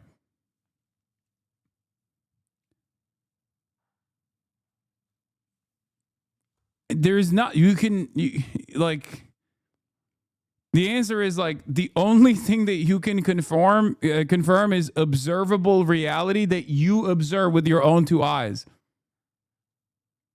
Okay? You don't believe CNN reporters for anything else, but when it comes to this, all of a sudden, because it's not just CNN. First of all, I do believe CNN reporters. That's objectively untrue. I rely on mainstream reporting on every piece of analysis. Okay, but what I do is also look at their biases. Right? CNN has no interest in this instance to make it seem like America's stockpiles are diminishing. So that's the reason. And this is not just CNN reporting on this. This is military analysts that are also offering corresponding information. And last but not least, this is coming 55 days after the fucking main general himself warned about it.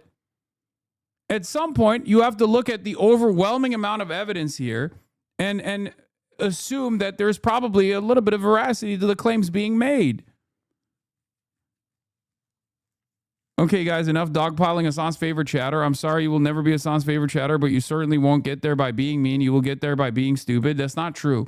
No, you can be a good chatter if you offer good analysis as well. This chatter just happens to have one of the stupidest positions I've ever encountered, because his retort always is "nuh-uh," and then finally, "How could you know?"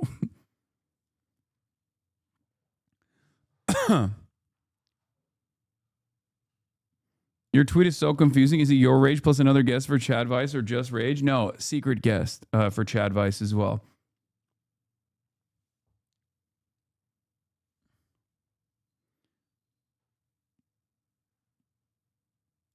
Why are Iran's preconditions for negotiations only the removal of the blockade and not that Israel withdraws from Lebanon and has an actual ceasefire with Hezbollah? No, because Israel, as it stands currently, is only conducting minor operations in Lebanon and not doing the major bombing campaigns. So that's good enough for the Iranian negotiators as a precondition. Obviously, the full negotiation, the full scope of the negotiation will, I assume, have demands for Israel to do a full-blown withdrawal from Lebanon.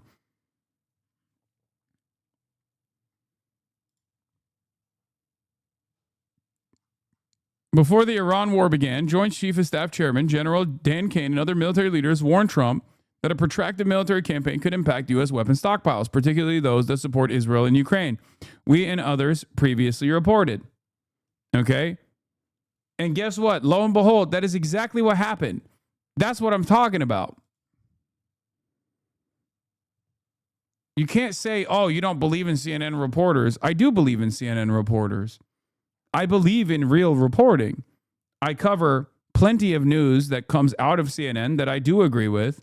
Sometimes I'll criticize the tone or the biases that they have in their reporting in the process of still looking at their verifiable, objective reporting that is, under the underneath all that bias, there's still real evidence-based, fact-based reporting.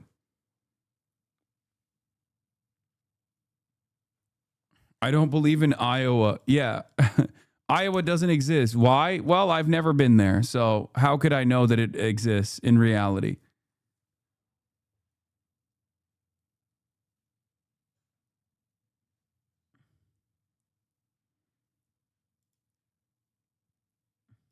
What is this?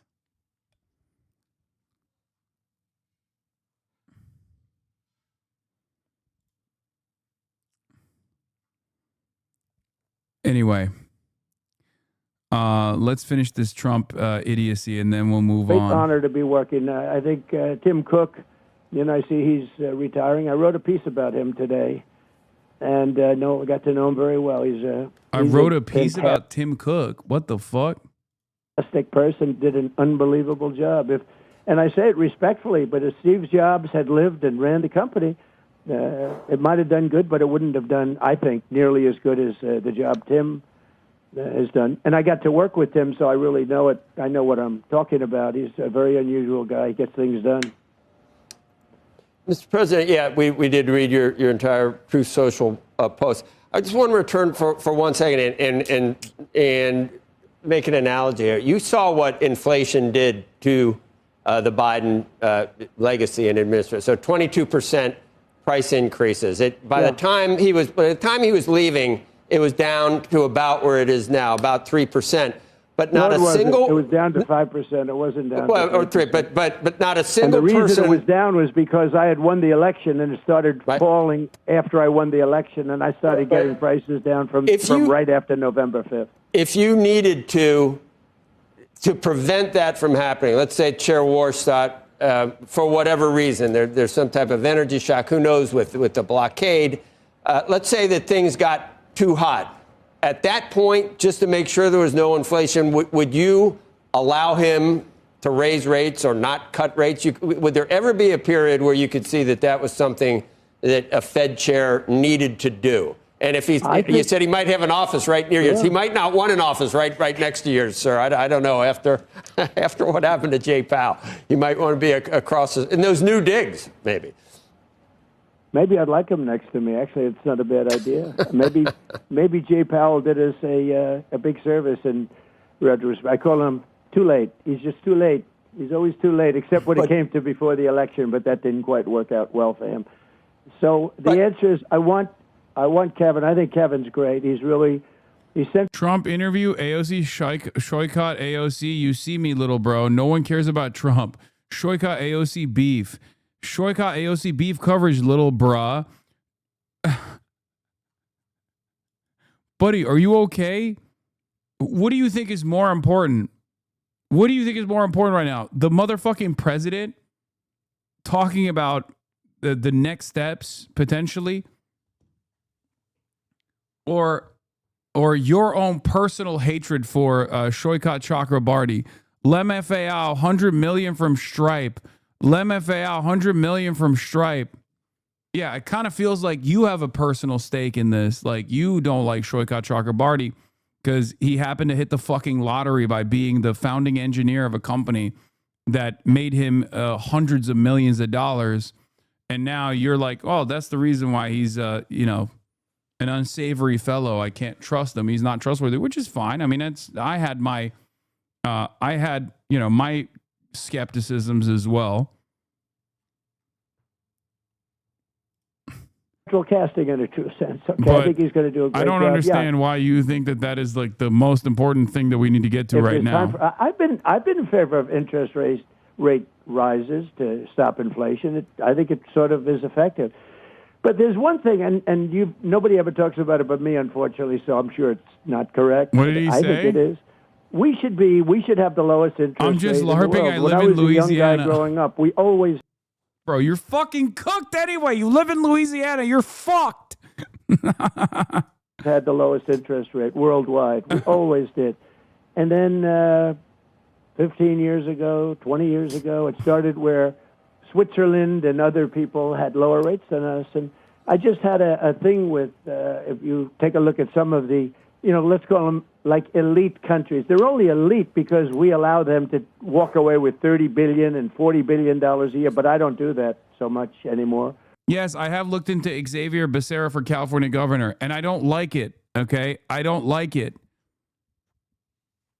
Out of all of the options with viability right now, Tom Steyer is the only guy that has like an actual progressive campaign.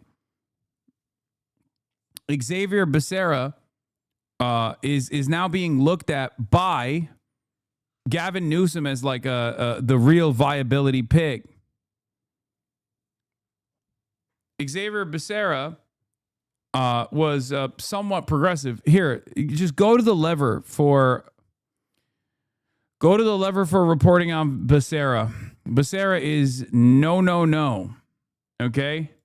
I sort of put a clamp He on. is the Swalwell replacement. Yes. Whole timeline is Xavier Becerra. I don't know why. The reason why the whole timeline is Xavier Becerra is because he got like 8 fucking points in this poll that came out. And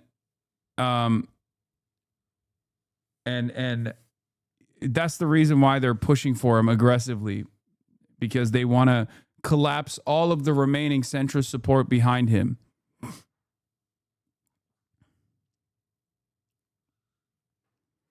Why Tom Steyer over Katie Porter? Tom Steyer has an infinitely more progressive platform than Katie Porter. Katie Porter started as a progressive darling and basically became this establishment Democrat. Katie Porter also has her own staff abuse drama as well surrounding her campaign. Not the same as like, not the same, of course, as Eric Swalwell, obviously, but both Xavier Becerra and Katie Porter have gone from being somewhat progressive to when they actually were supposed to meet the moment, have become unbelievable centrists.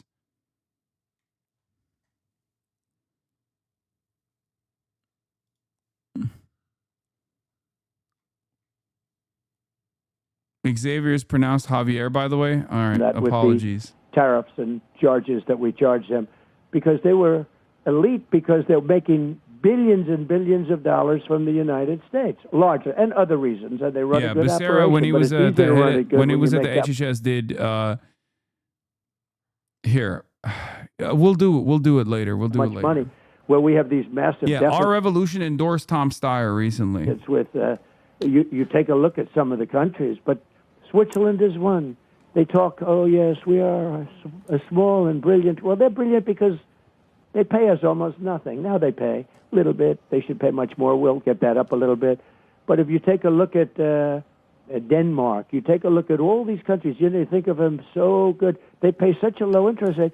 Well, if we charge them, and what happened with me is I charged some of them, and they squawked like you wouldn't believe it. They called, and we are a small country. All of a sudden, I realized they're not elite. We're elite. We're being sucked dry, and we can't do that. And you'll see that. We had a little setback with the Supreme Court. They said I can charge tariffs, but I have to do it a different way.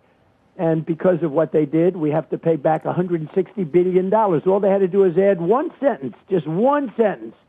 And that's, you don't have to pay anything taken in thus far back. But because they didn't add, and by the way, it was a close call, too. There were justices that were powerful that I was right on the tariffs. But because we lost by just 2 votes, just little vote, 2 votes, we have to pay back $165 billion. They could have, with a little one sentence, you don't have to pay back tariffs that have already been received. You start from this point, and you do it a different way. So we're doing it a different way. We're going to end up with the same. Actually, we'll end up with bigger numbers, actually, but it's a little more unwieldy, but it's the way it's been done. But it's so sad Mr. President, that the Supreme Court didn't want to save our country with one sentence, $165 billion, and we're giving a lot of that money back to people that hate our country. Right.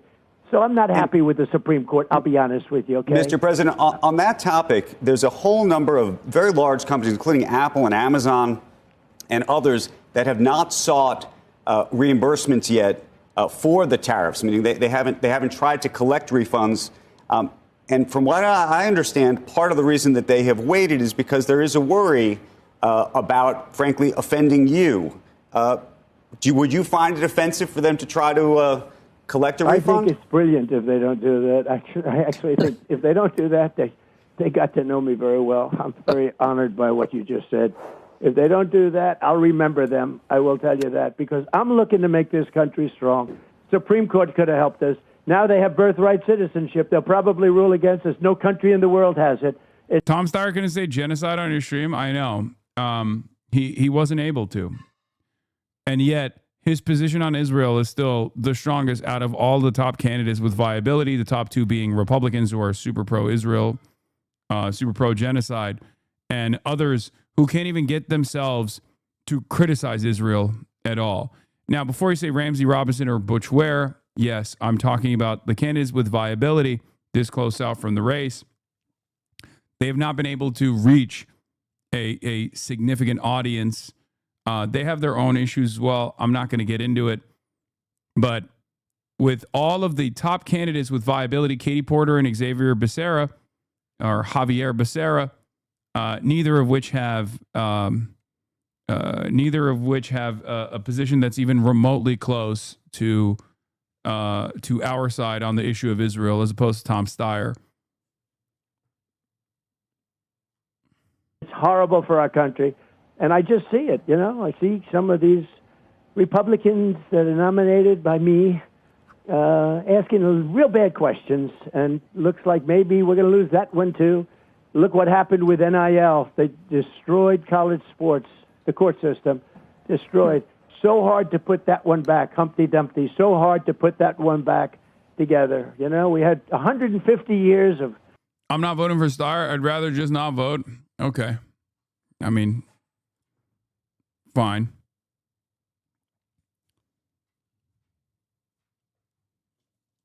You're always talking about viability. You realize you were still wrong even in 2016 when you personally said Bernie was disqualified from being president because he was unelectable. Wait, what? Hello, Kaya. Hi. Someone's bored. Hello. Okay, I know you want pets, but Daddy's working right now. Come here. Come here. Kaya, come here. Kaya! You are Hillary Clinton. Yes, that's right. I am Hillary Clinton. This is true.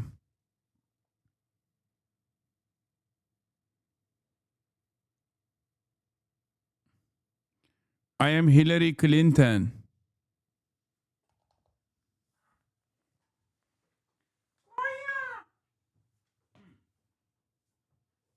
What? Fuck the stream, Pet Kaya. Is that chatter joking? No. I am not Hillary Clinton. I am, however... We are Charlie Kirk. We carry the flame. We'll fight for the gospel. We'll honor his name. We are Charlie Kirk. It's true. I am Charlie Kirk. Of rulings and everything else, and they had such a great system. It was a scholarship system. You get free college if you're a good athlete. You get this, you get that. And it took care of every sport. Fencing, and not only football. Now it's all football and the foot.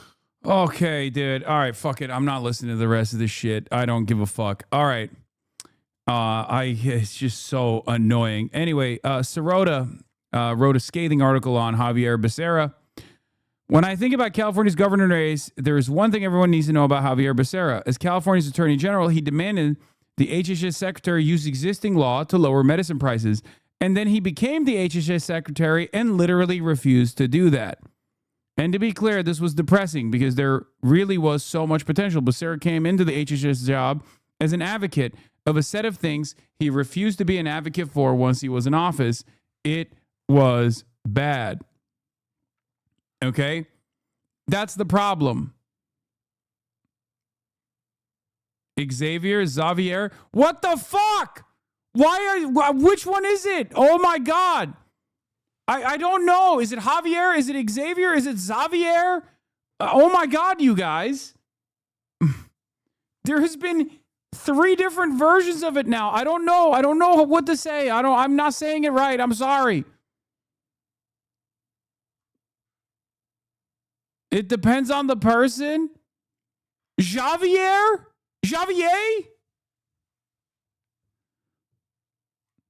I'm just going to keep saying Xavier.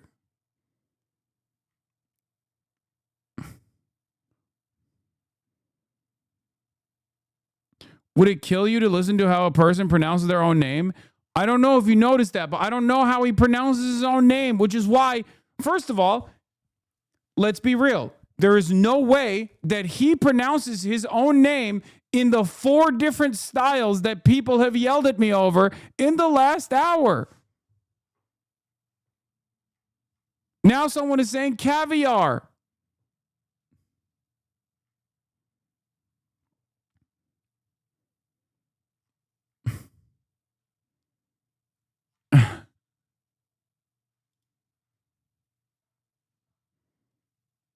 This link is not working. Hoy estoy aquí apoyando a Javier Becerra. Defendió el... Okay, Javier. Okay, it's Javier. It's Javier. I'm saying Javier. That's all I need to know.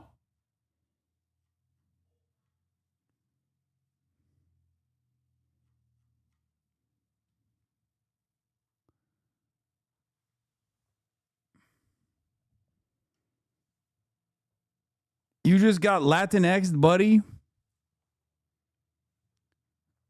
All right. Okay.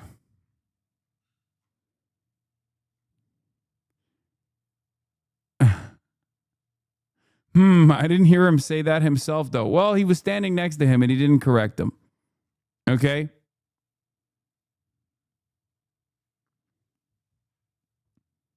It's pronounced Hillary Clinton. We're going with Javier. Okay? We're going with Javier.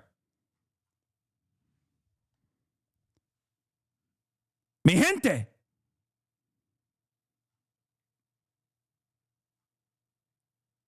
You cut it off right before he corrected him. I'm going to lose my mind.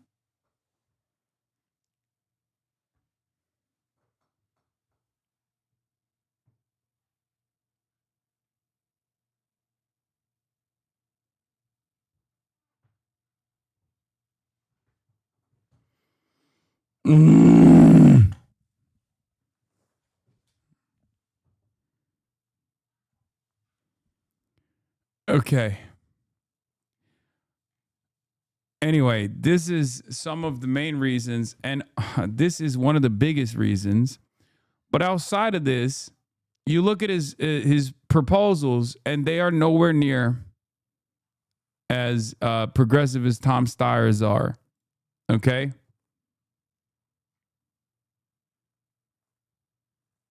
That's it.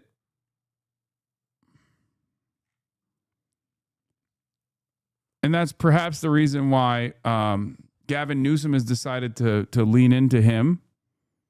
And the California establishment has decided, all right, we got to throw our support behind this guy.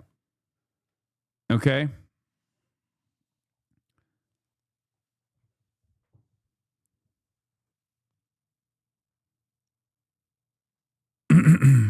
Just be glad you didn't drop his name like this. And I'm grateful to the members of my COVID team that I'd like to introduce to you now, who will lead the way. I'm really proud of this group. For Secretary of Health and Education Service, I nominated Javier Baccaria.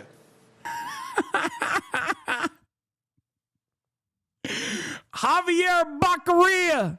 It turns out he got the first name right, but the last name, holy shit. He said Javier Baccaria. Baccaria. You know, Javier Bashira, excuse me. Javier Baccaria. Habubadaba. He said Javier Zekiria. Oh my God. All right. Let's keep it going. Okay. Yeah.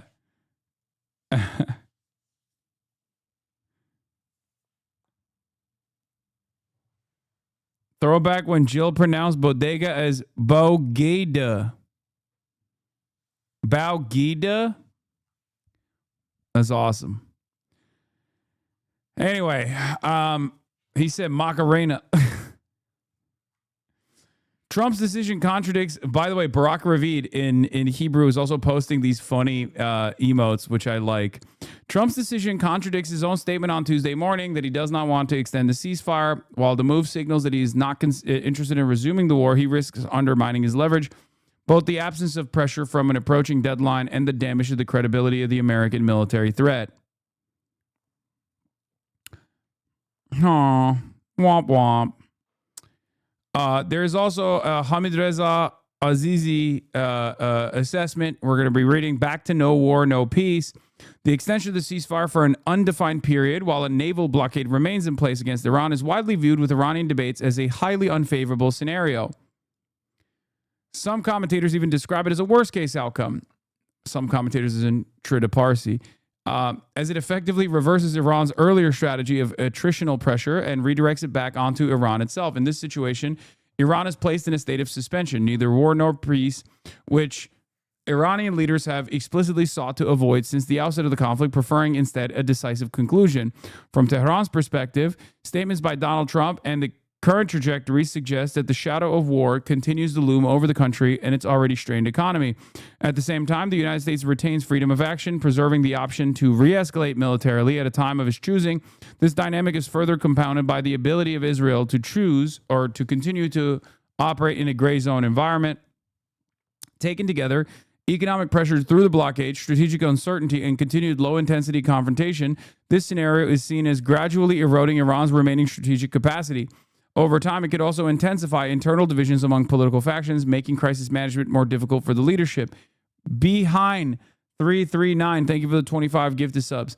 In this reading, Trump's extension of the ceasefire is not interpreted as a face-saving exit from the conflict, but rather as a recalibration of the war's form and shape, which lowers costs for the United States while increasing them for Iran. This helps explain why Tehran may be reluctant to accept such an arrangement and could continue instead to consider more assertive responses.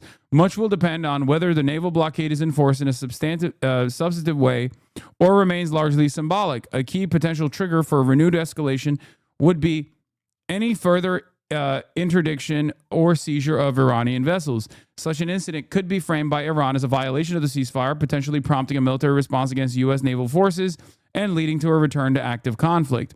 From the perspective of some Iranian decision makers, this may be seen as less costly than either yielding under pressure or remaining in a prolonged state of strategic limbo. So, from the IRGC's perspective, they want to go back to waging war against the United States of America, potentially still apply pressure. They have seen a lot of gains as they have continuously waged war. Okay? It's true. Crippling the global economy and maintaining control over the Strait of Hormuz and consistently pummeling GCC states to force them to apply pressure to the United States of America, continuously pummeling Israel, has allowed Iran to maintain a upper hand in the negotiations process. It has forced America's hand into coming to the ceasefire negotiations and have to deal with Iran directly. And now they're floating ideas. Now they're floating around ideas like sanctions relief and things of that nature, right? So obviously, if that's what they've seen, a lot of benefits. If those are the kinds of moves that Iran has seen get rewarded on the main stage, then that's what they're going to want to do. There are, however, still those who want to bargain and negotiate with the American side, the moderates, right? And their perspective is not going to be as their perspective is still important. They are the ones who are at the table, but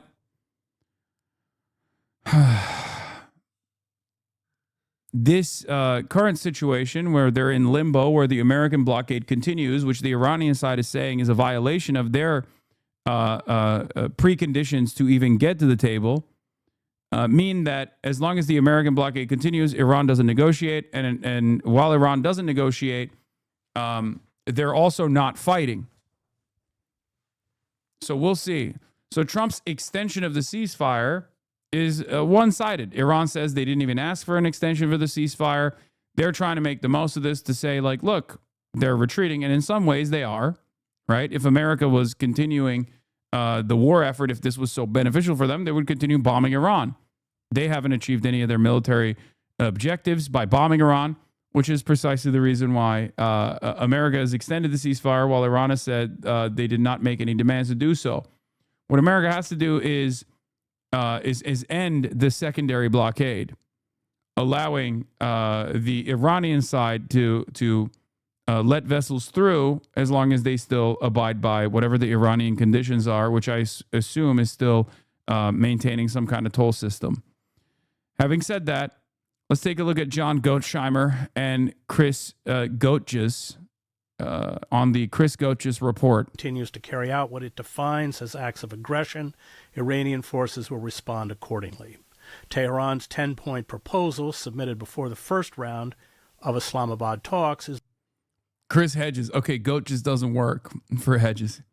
Chris the Goat Hedges and John Goetsheimer. The basis for further negotiations. But the 10 points include a number of conditions the U.S. has repeatedly rejected. It demands the lifting of all primary and secondary sanctions on Iran, continued Iranian control over the Strait of Hormuz, U.S. military withdrawal from the Middle East, an end to attacks on Iran and its allies, the release of some $100 billion in frozen Iranian assets, and a UN Security Council resolution making any deal binding.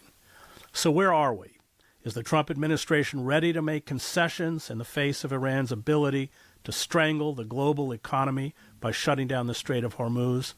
What will be the role of Israel, which has threatened to resume attacks on Iran?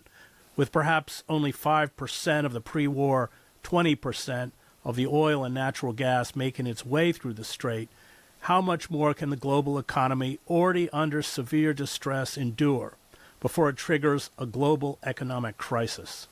Joining me to discuss the crisis in the Middle East is Professor John Mearsheimer. He is the R. Wendell Harrison Distinguished Service Professor of Political Science at the University of Chicago. Professor Mearsheimer, who graduated from West Point and was a captain in the U.S. Air Force, is the author of numerous books, including Conventional Deterrence, Nuclear Deterrence, Ethics, Lidl Hart and the Weight of History, The Tragedy of Great Power Politics, The Israel Lobby, and U.S. Oh my God. Good girl. Oh my God. I got her to. Oh my God. Look at this. I got her to stand on the chair. Uppies. Come on. Get up here. Oh, okay. Come on. Up. Up.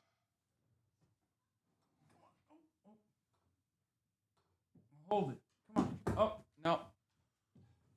Oh, that was so close. That was the closest we have ever been to Kaya. I think if this chair was bigger, she would literally stand on it. Like, she would be able to get on top of it. Good girl, Kaya. The chair moved, unfortunately, so she couldn't do it. Stand behind the chair, turn the chair around.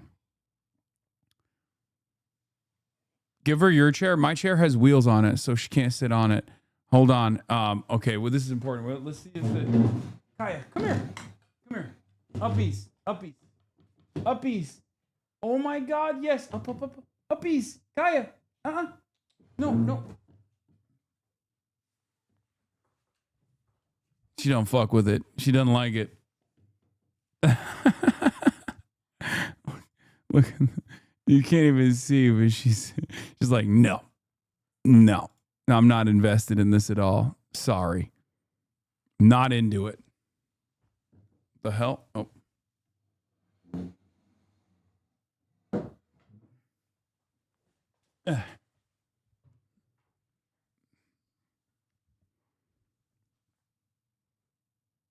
Get an armchair for Guess and Kaya. You could get one of those full moon camping chairs. I'm sure they'd be big enough for her. Do you really think it's appropriate to get Jeffrey Sachs to host Chad Vice? Yes. Yes. That's foreign policy and why leaders lie, the truth about lying in international politics. The big question for me, John, is does the Trump administration realize, in your view, that this is a game that Iran controls, that essentially because of their stranglehold on the Strait of Hormuz, they're largely going to be able to dictate the terms? Well, let me just reinforce what you said, Chris. I think there's no question that if you go up the escalation ladder, which the Trump administration... What is this? I never noticed that John Mearsheimer, the GOAT, has a hand-drawn cartoon of himself right behind him, standing menacingly. ...is threatening to do after the ceasefire ends on Wednesday, that we cannot win. And in fact, I would make the argument that it's in Iran's advantage for the United States to go up the escalation ladder, because the longer this war goes on and the less oil that comes out of the Persian Gulf and maybe even the Red Sea, the better for Iran. So I think going up the escalation ladder makes no sense for us. The $64,000 question is whether or not President Trump and his advisors understand that. And my guess is that they do. And therefore, I think that we will go to great lengths to work out some sort of deal on Wednesday or before Wednesday so that we don't have to go up the escalation ladder. I just find it. What is this on? Defend a culture that legally allows child marriage? Wait, what? I don't defend the American culture, the Southern American culture, the red state culture that defends child marriage. What the hell? Bro thought I was a defender of Alabama or something. That's crazy. I don't defend the evangelical culture of child marriage. Arabic culture. Yeah, I don't defend child marriage, chatter. I don't defend it no matter who does it. The difference between you and I is, of course, you probably defend it when white people do it, and you assume that this is only a thing that Arabic culture does. No such thing. Okay, out. Get out. Get.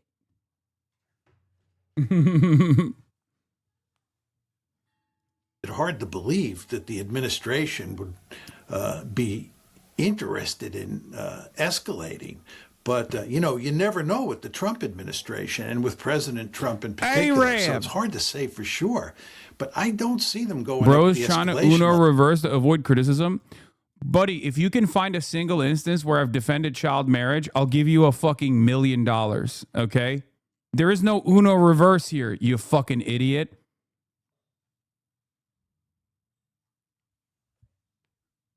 You can't claim Uno reversal and he's trying to avoid criticism if the criticism is not landing because it's something that you invented in your fucking mind. I've never defended child brides or child marriage at all. You're a fucking moron.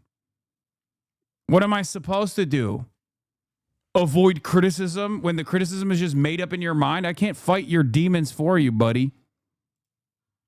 Maybe you thought I was Asmongold or something, because between him and I, only one has unironically defended at least some of the child bride culture.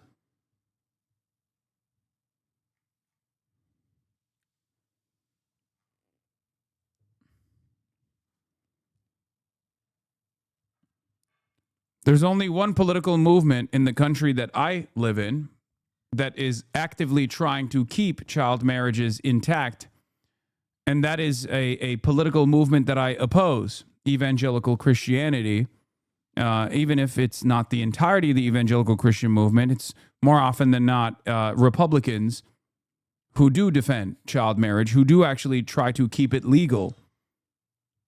Yeah, maybe he confused you for one of the 51 Republicans in the Texas House that voted against HB 168, which aimed to prohibit marriage for anyone under the age of 18. Yeah.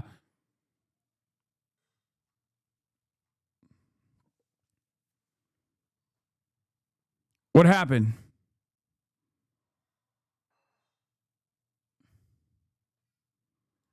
Big if true. Oh, Cory Bush leaked it. Well, my queen. Mike Moon, a Republican state senator from Missouri, voted for child marriage? Yeah. Oh, I oppose fundamentalists and fundamentalism of all sorts. Okay?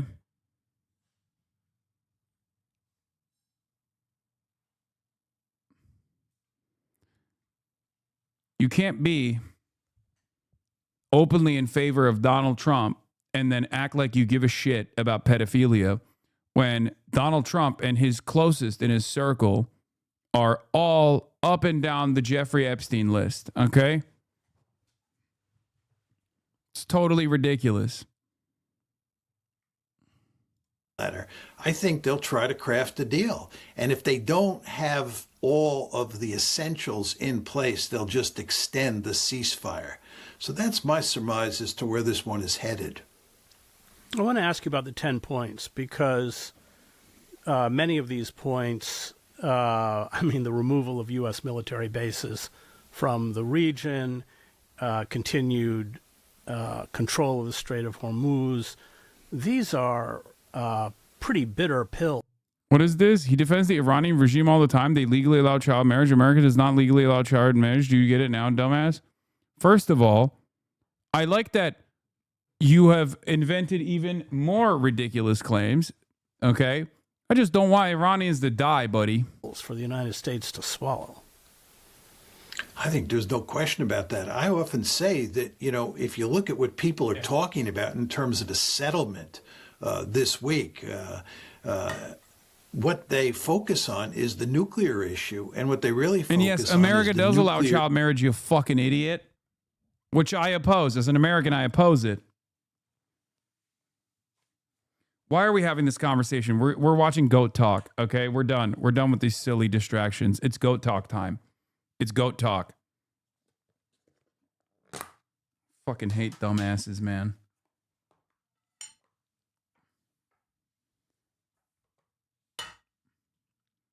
Ruining my goat talk. Goat talk, where's Jiang? Okay, dude. This is real goat talk. Okay, calm down.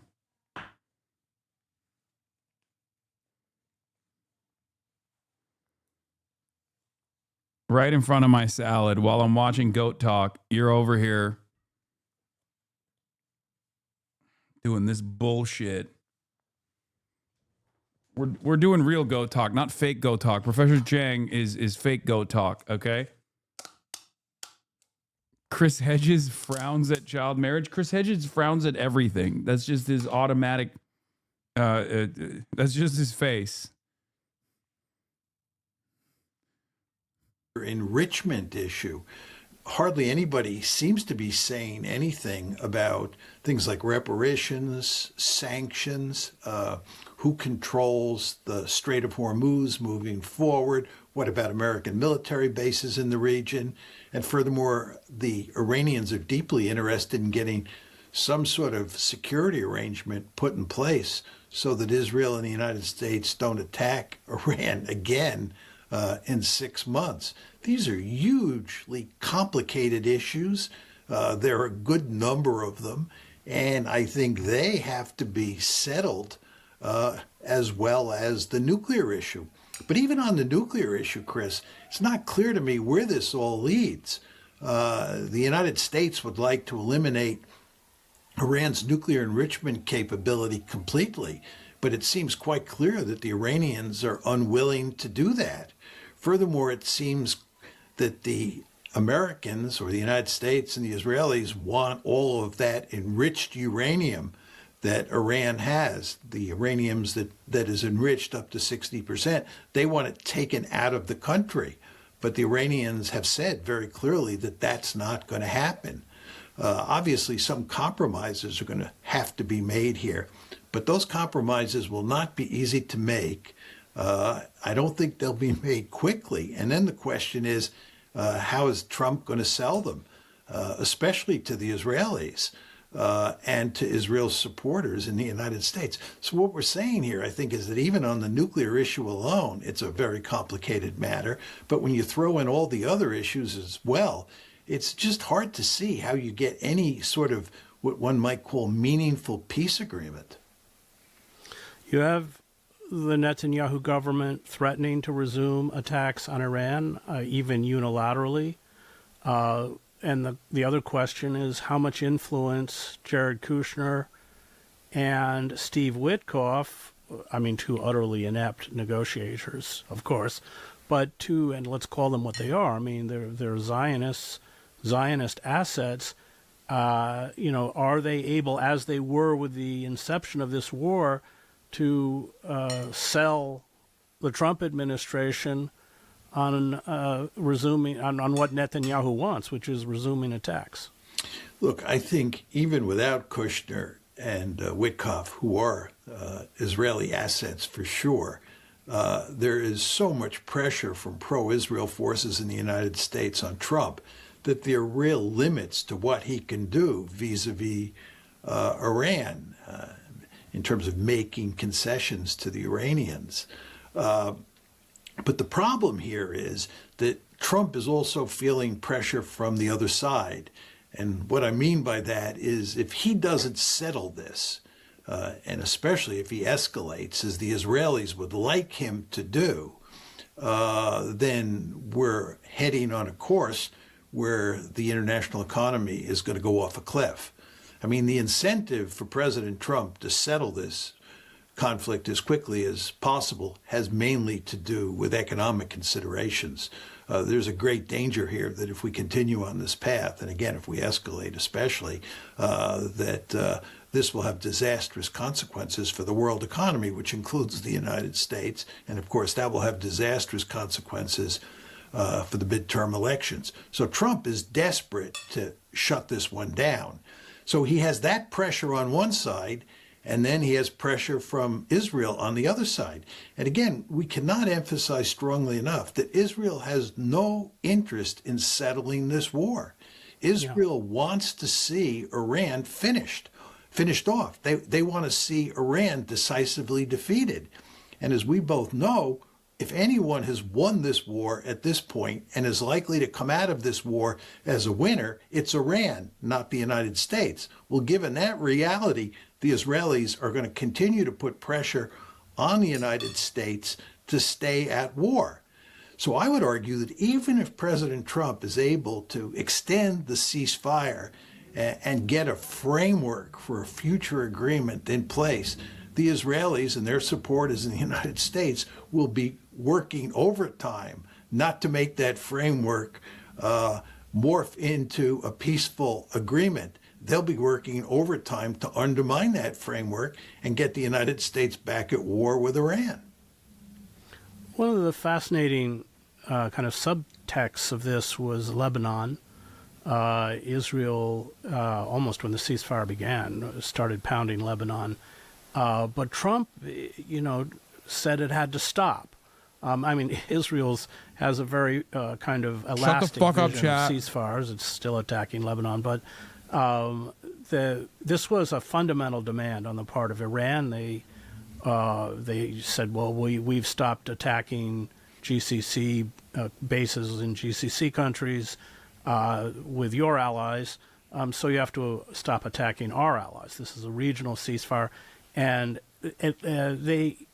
while Israel has certainly breached the ceasefire in Lebanon, as they do daily in Gaza, nevertheless, it does seem, I don't know what your take on it is, that was a huge concession on the part of the Trump administration to Iranian demands. Well, excuse me, the Trump administration had no choice but to get Israel to stop attacking Hezbollah and Iran for a brief period of time, at least, so that the Iranians would open the Strait of Hormuz. That's what they wanted. And Trump was able to get the Israelis to make a small concession, which is to say the Israelis agreed to a 10-day ceasefire. Just think about it. It's a 10-day ceasefire. And I've been following it, and it's not even much of a ceasefire at this 10-day period. But the idea that the Israelis are interested in a meaningful ceasefire is not a serious argument. What the Israelis are interested in is creating a civil war in Lebanon for two reasons. One, to weaken Hezbollah and to take Hezbollah's attention off of Israel. And number two, to weaken Lebanon overall. This is standard Israeli tactics. And the Israelis will continue to attack Lebanon and Hezbollah in good part, not just to weaken Hezbollah, but in good part to undermine any negotiations between Iran on one hand and the United States on the other. It's obvious that for Iran, Hezbollah is a very important ally, and they want to do everything they can to help Hezbollah. The Israelis fully understand that, and the Israelis understand that if they continue to attack Hezbollah and continue to keep the situation in Lebanon as a hot conflict, that this will limit how much Iran will be able to concede to the United States. So this is one of the reasons I find it hard to imagine that you're ever going to settle this conflict in any meaningful way. You wrote the book with Stephen Walt on the Israel lobby. We've certainly seen a diminishing of the power of the Israel lobby in AIPAC. The Democrats now kind of run from it, whereas they, couldn't wait to get key slots at the AIPAC convention. Do you think the Israel lobby is weakened enough that its kind of death grip on the American political system is no longer as effective? I think in terms of the public discourse in the United States, the lobby has lost. When Steve and I wrote the article and then the book in 2006 and 2007, the lobby was able to basically control the discourse and greatly limit the criticism of Israel, the U.S.-Israeli relationship and the lobby itself. Those days are gone. The discourse today about the lobby and criticism of Israel, this is all out in the open in ways that are actually hard for me to imagine, Chris, given where we were at back when Steve and I wrote the article in the book. But that's at the level of the discourse. At the level of policy, and especially with regard to the Trump administration, which, as you know, has 2 more years and 9 months in power, the lobby still has a stranglehold on the Trump administration. And there's no evidence that Trump has been able to break away from that stranglehold and act independently, to act simply in America's interests. So in terms of U.S. policy, I think the lobby is as strong as ever. Now, how that plays out after the next presidential election is a different matter, because you see both in the Democratic Party and in the Republican Party that there are politicians who are beginning to question the relationship with Israel, who are beginning to question whether associating themselves with AIPAC is a good thing, and so forth and so on. But I would still bet that it'll be, a good 10 years before our policy towards Israel is not seriously affected by the lobby. So what does that mean vis-a-vis Iran? So if the Israel lobby retains that kind of power, and in a way Trump was even more obsequious, because the Israel lobby has been calling for a war on Iran for 4 decades, and other administrations have resisted for all of the reasons that are now apparent. But how does that play out? I mean, it looks like a very dark scenario. Well, it's hard for me to imagine, Chris, that we get a meaning. You have to remember Mearsheimer's assessment on defanging the Israel lobby's power in public consciousness also was much faster than he ever could have perceived. So when he says 10 years, you have to understand, like, that's not an assurance. Okay? That doesn't mean it will absolutely take 10 years. It could be much faster than that. Meaningful peace agreement between the United States and Iran because of the power of the lobby. I think the only argument against that position is that the economic consequences of continuing this war against Iran will be so drastic, will hurt the international economy and therefore the American economy so much that we have no choice but to work out an arrangement with Iran that recognizes the fact that Iran is the winner in this conflict and that there's not going to be any more attacks on Iran down the road. That may happen. It's very hard to say just how this is going to play out over the next few months. But I think if that doesn't happen, in other words, if we don't get to the precipice and we're not on the verge of falling off the precipice, I think that Israel will make it impossible for us to have a meaningful agreement with the Iranians. Let's talk about the tactic of seizing Iranian ships by the Trump administration. Well, I thought that last Friday, when the ceasefire between Israel and Lebanon was in place, and the Iranians said that they would open up the strait, and in fact began to open up the strait, that the ceasefire was then fully in place and that we would begin moving forward in the negotiations in Islamabad. It looked very promising last Friday when these events took place. Then President Trump said that he was not going to take the U.S. blockade off the Strait of Hormuz, which is another way of saying he was not going to take the U.S. blockade off of Iran. And this is after Iran has just agreed to end its blockade. And he also said that the United States was going to stop and board ships that were headed toward Iran or were leaving from Iran. And the end result is that the Iranians did a 180-degree turn, and they said they're reclosing the Strait of Hormuz. And that's where we are today. This is completely counterproductive. Forget the legality of what we did. This is completely counterproductive. You got the ceasefire in place on Friday, and you're talking about having negotiations in Islamabad early this week in the wake of putting the ceasefire in place. Why wouldn't you just put an end to the American naval blockade on Iran? It just makes common sense. Why would you say you're going to keep the blockade on? Why would you say that you're going to board Iranian ships and then actually go out and board an Iranian ship after you shoot it up? It just doesn't seem to make any sense to me. And this is, one of the principal aspects of Trumpian foreign policy. It is rather bizarre and doesn't seem to comport with what one would consider sort of rational legal behavior.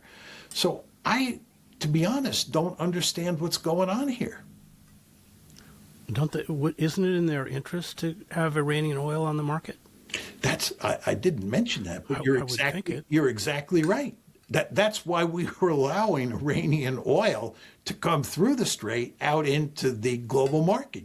You're exactly right. And yeah.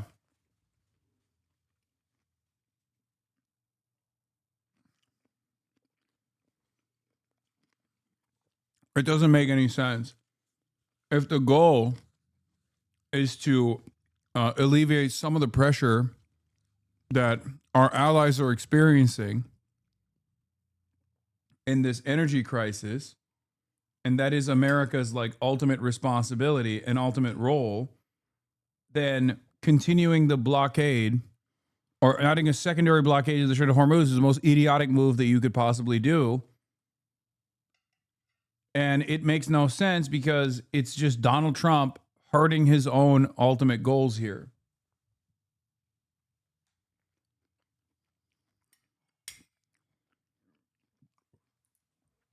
Here they are threatening to cut it off. In addition to the fact they're making it less likely that the other side trusts you, the Iranians trust you, and that you can work out a deal. It seems that the Trump administration wants a deal. They should want a deal because, as I said to you before, they can't go up the escalation ladder and win, number one. And number two, they are in danger of taking the international economy off a cliff. So they should want a deal here. And sometimes President Trump acts like he wants a deal. Other times he acts like he doesn't want a deal. And this is an instance of that. And then you add to it, as you did, the fact that we really do need that Iranian oil out in the global market to do everything possible to keep oil prices as low as possible. Well, the reason great powers have a diplomatic corps is that they're multilingual, bicultural, they understand their adversary as well as their allies, and the Trump administration has gutted the State Department. So one wonders if it's just, on the one hand, they may want a deal. On the other hand, they're utterly unable, perhaps, to read Iranian political power and Iranian culture. I agree with you. I mean, there's no question that just at a very general level, President Trump does not respect expertise. He thinks he's a genius. He thinks he knows everything. He doesn't have to rely on experts. And he doesn't need anyone from the State Department or any area experts inside the government to tell him what to do. He knows what to do. So there is that dimension to it. But there's another dimension to this, Chris, that's even more worrisome.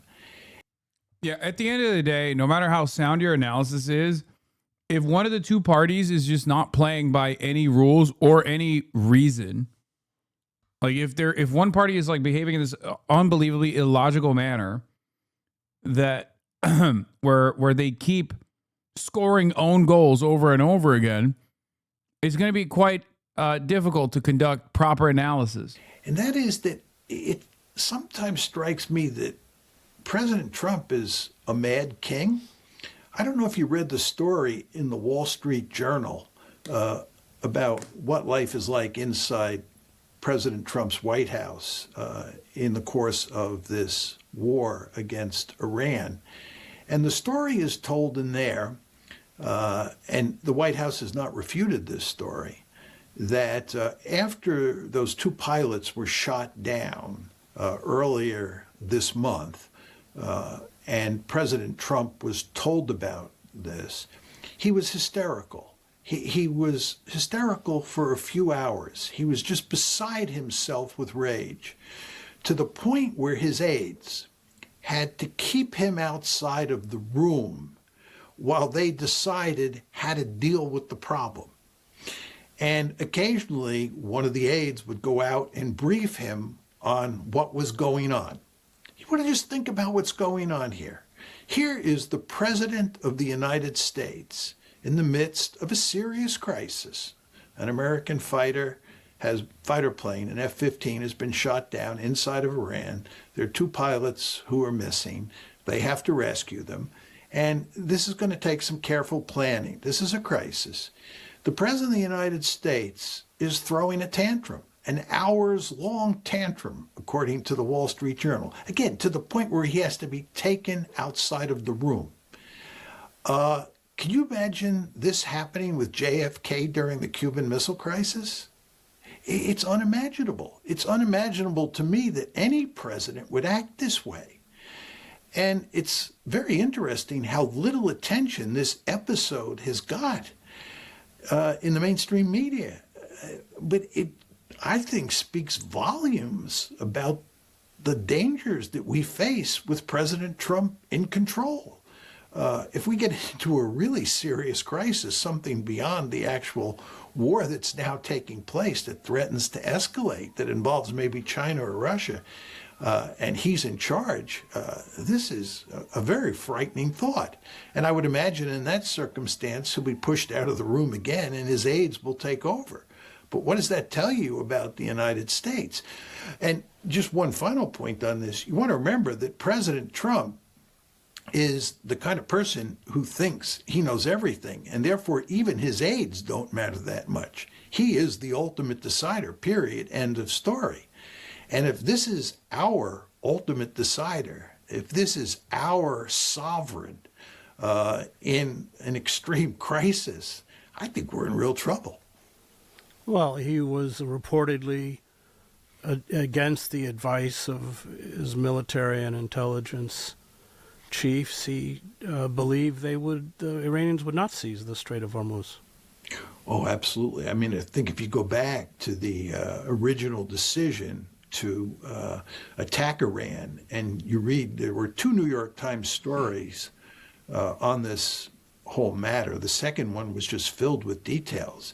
It's very clear that, except for Pete Hegseth, who really doesn't matter very much, because I don't think anybody, even President Trump, takes him that seriously. But all of his other advisors were very, very skeptical, if not opposed, to this operation. They understood full well that this was playing with fire. But nevertheless, President Trump dismissed their concerns, and he went along with the Israelis, who basically sold him a bill of goods. It was the head of Mossad, and David Barnea, and Prime Minister Netanyahu, who convinced President Trump that we would win a quick and decisive victory. And then, just to build on your point, therefore we wouldn't have to worry about Iran closing the Strait of Hormuz. We would win very quickly. But the fact is, if Trump had listened to his advisors and he had carefully examined them as to why they were reticent or opposed to going to war against Iran, he might not have done this. In fact, I think it's highly likely he would not have done it. But again, he didn't really care what they had to say, and he was willing to listen to the Israelis. And he should have understood that the Israelis were selling him a bill of goods, but apparently he didn't. Let's talk about the global economy. So a guess. Some oil is getting out. Not a lot. I mean, an estimate, maybe 5%. Countries, India, Japan, I mean, Philippines, they're already in serious trouble. This, if it's not a total blockage, this trickle is already having seismic ramifications. So talk a little bit about where we are now in terms of the global economy and potentially where we could go. And then there's all sorts of other factors like fertilizer, which is also passed through the strait and is because it's an oil derivative and the effect on food prices. Yeah, I mean, there are a number of dimensions to the economic catastrophe that's staring us in the face. And again, I like to talk about this as the Titanic hitting the iceberg. And it's important to emphasize that Titanic has not hit the iceberg. And although there's no question that serious damage has been done and will be done, catastrophic damage will be done if we hit the iceberg. And of course, this is why President Trump is deeply committed, I believe, to shutting this one down as quickly as possible, because he does not want to hit the iceberg. First of all, there is the helium, as you point out. There's a significant helium shortage in the world because the strait has been shut down, and helium is very important. I think one thing that remains, regardless of the why he's doing this, is the fact that seemingly he's unstoppable. Like, he's advancing the interests of Israel first and foremost. So obviously that is part of the reason why there isn't as much pushback. But he is unrestrained. It's obvious that when you have a dementia-addled, brain-diseased commander-in-chief who gets to make these decisions unilaterally, it's virtually impossible to figure out what the goals are here. All we can do is just chirp on the fucking sidelines and try to make sense of the senseless chaos. Syphilis one hits harder, yo. I mean, I don't think he fucks, so I don't know if he has tertiary syphilis.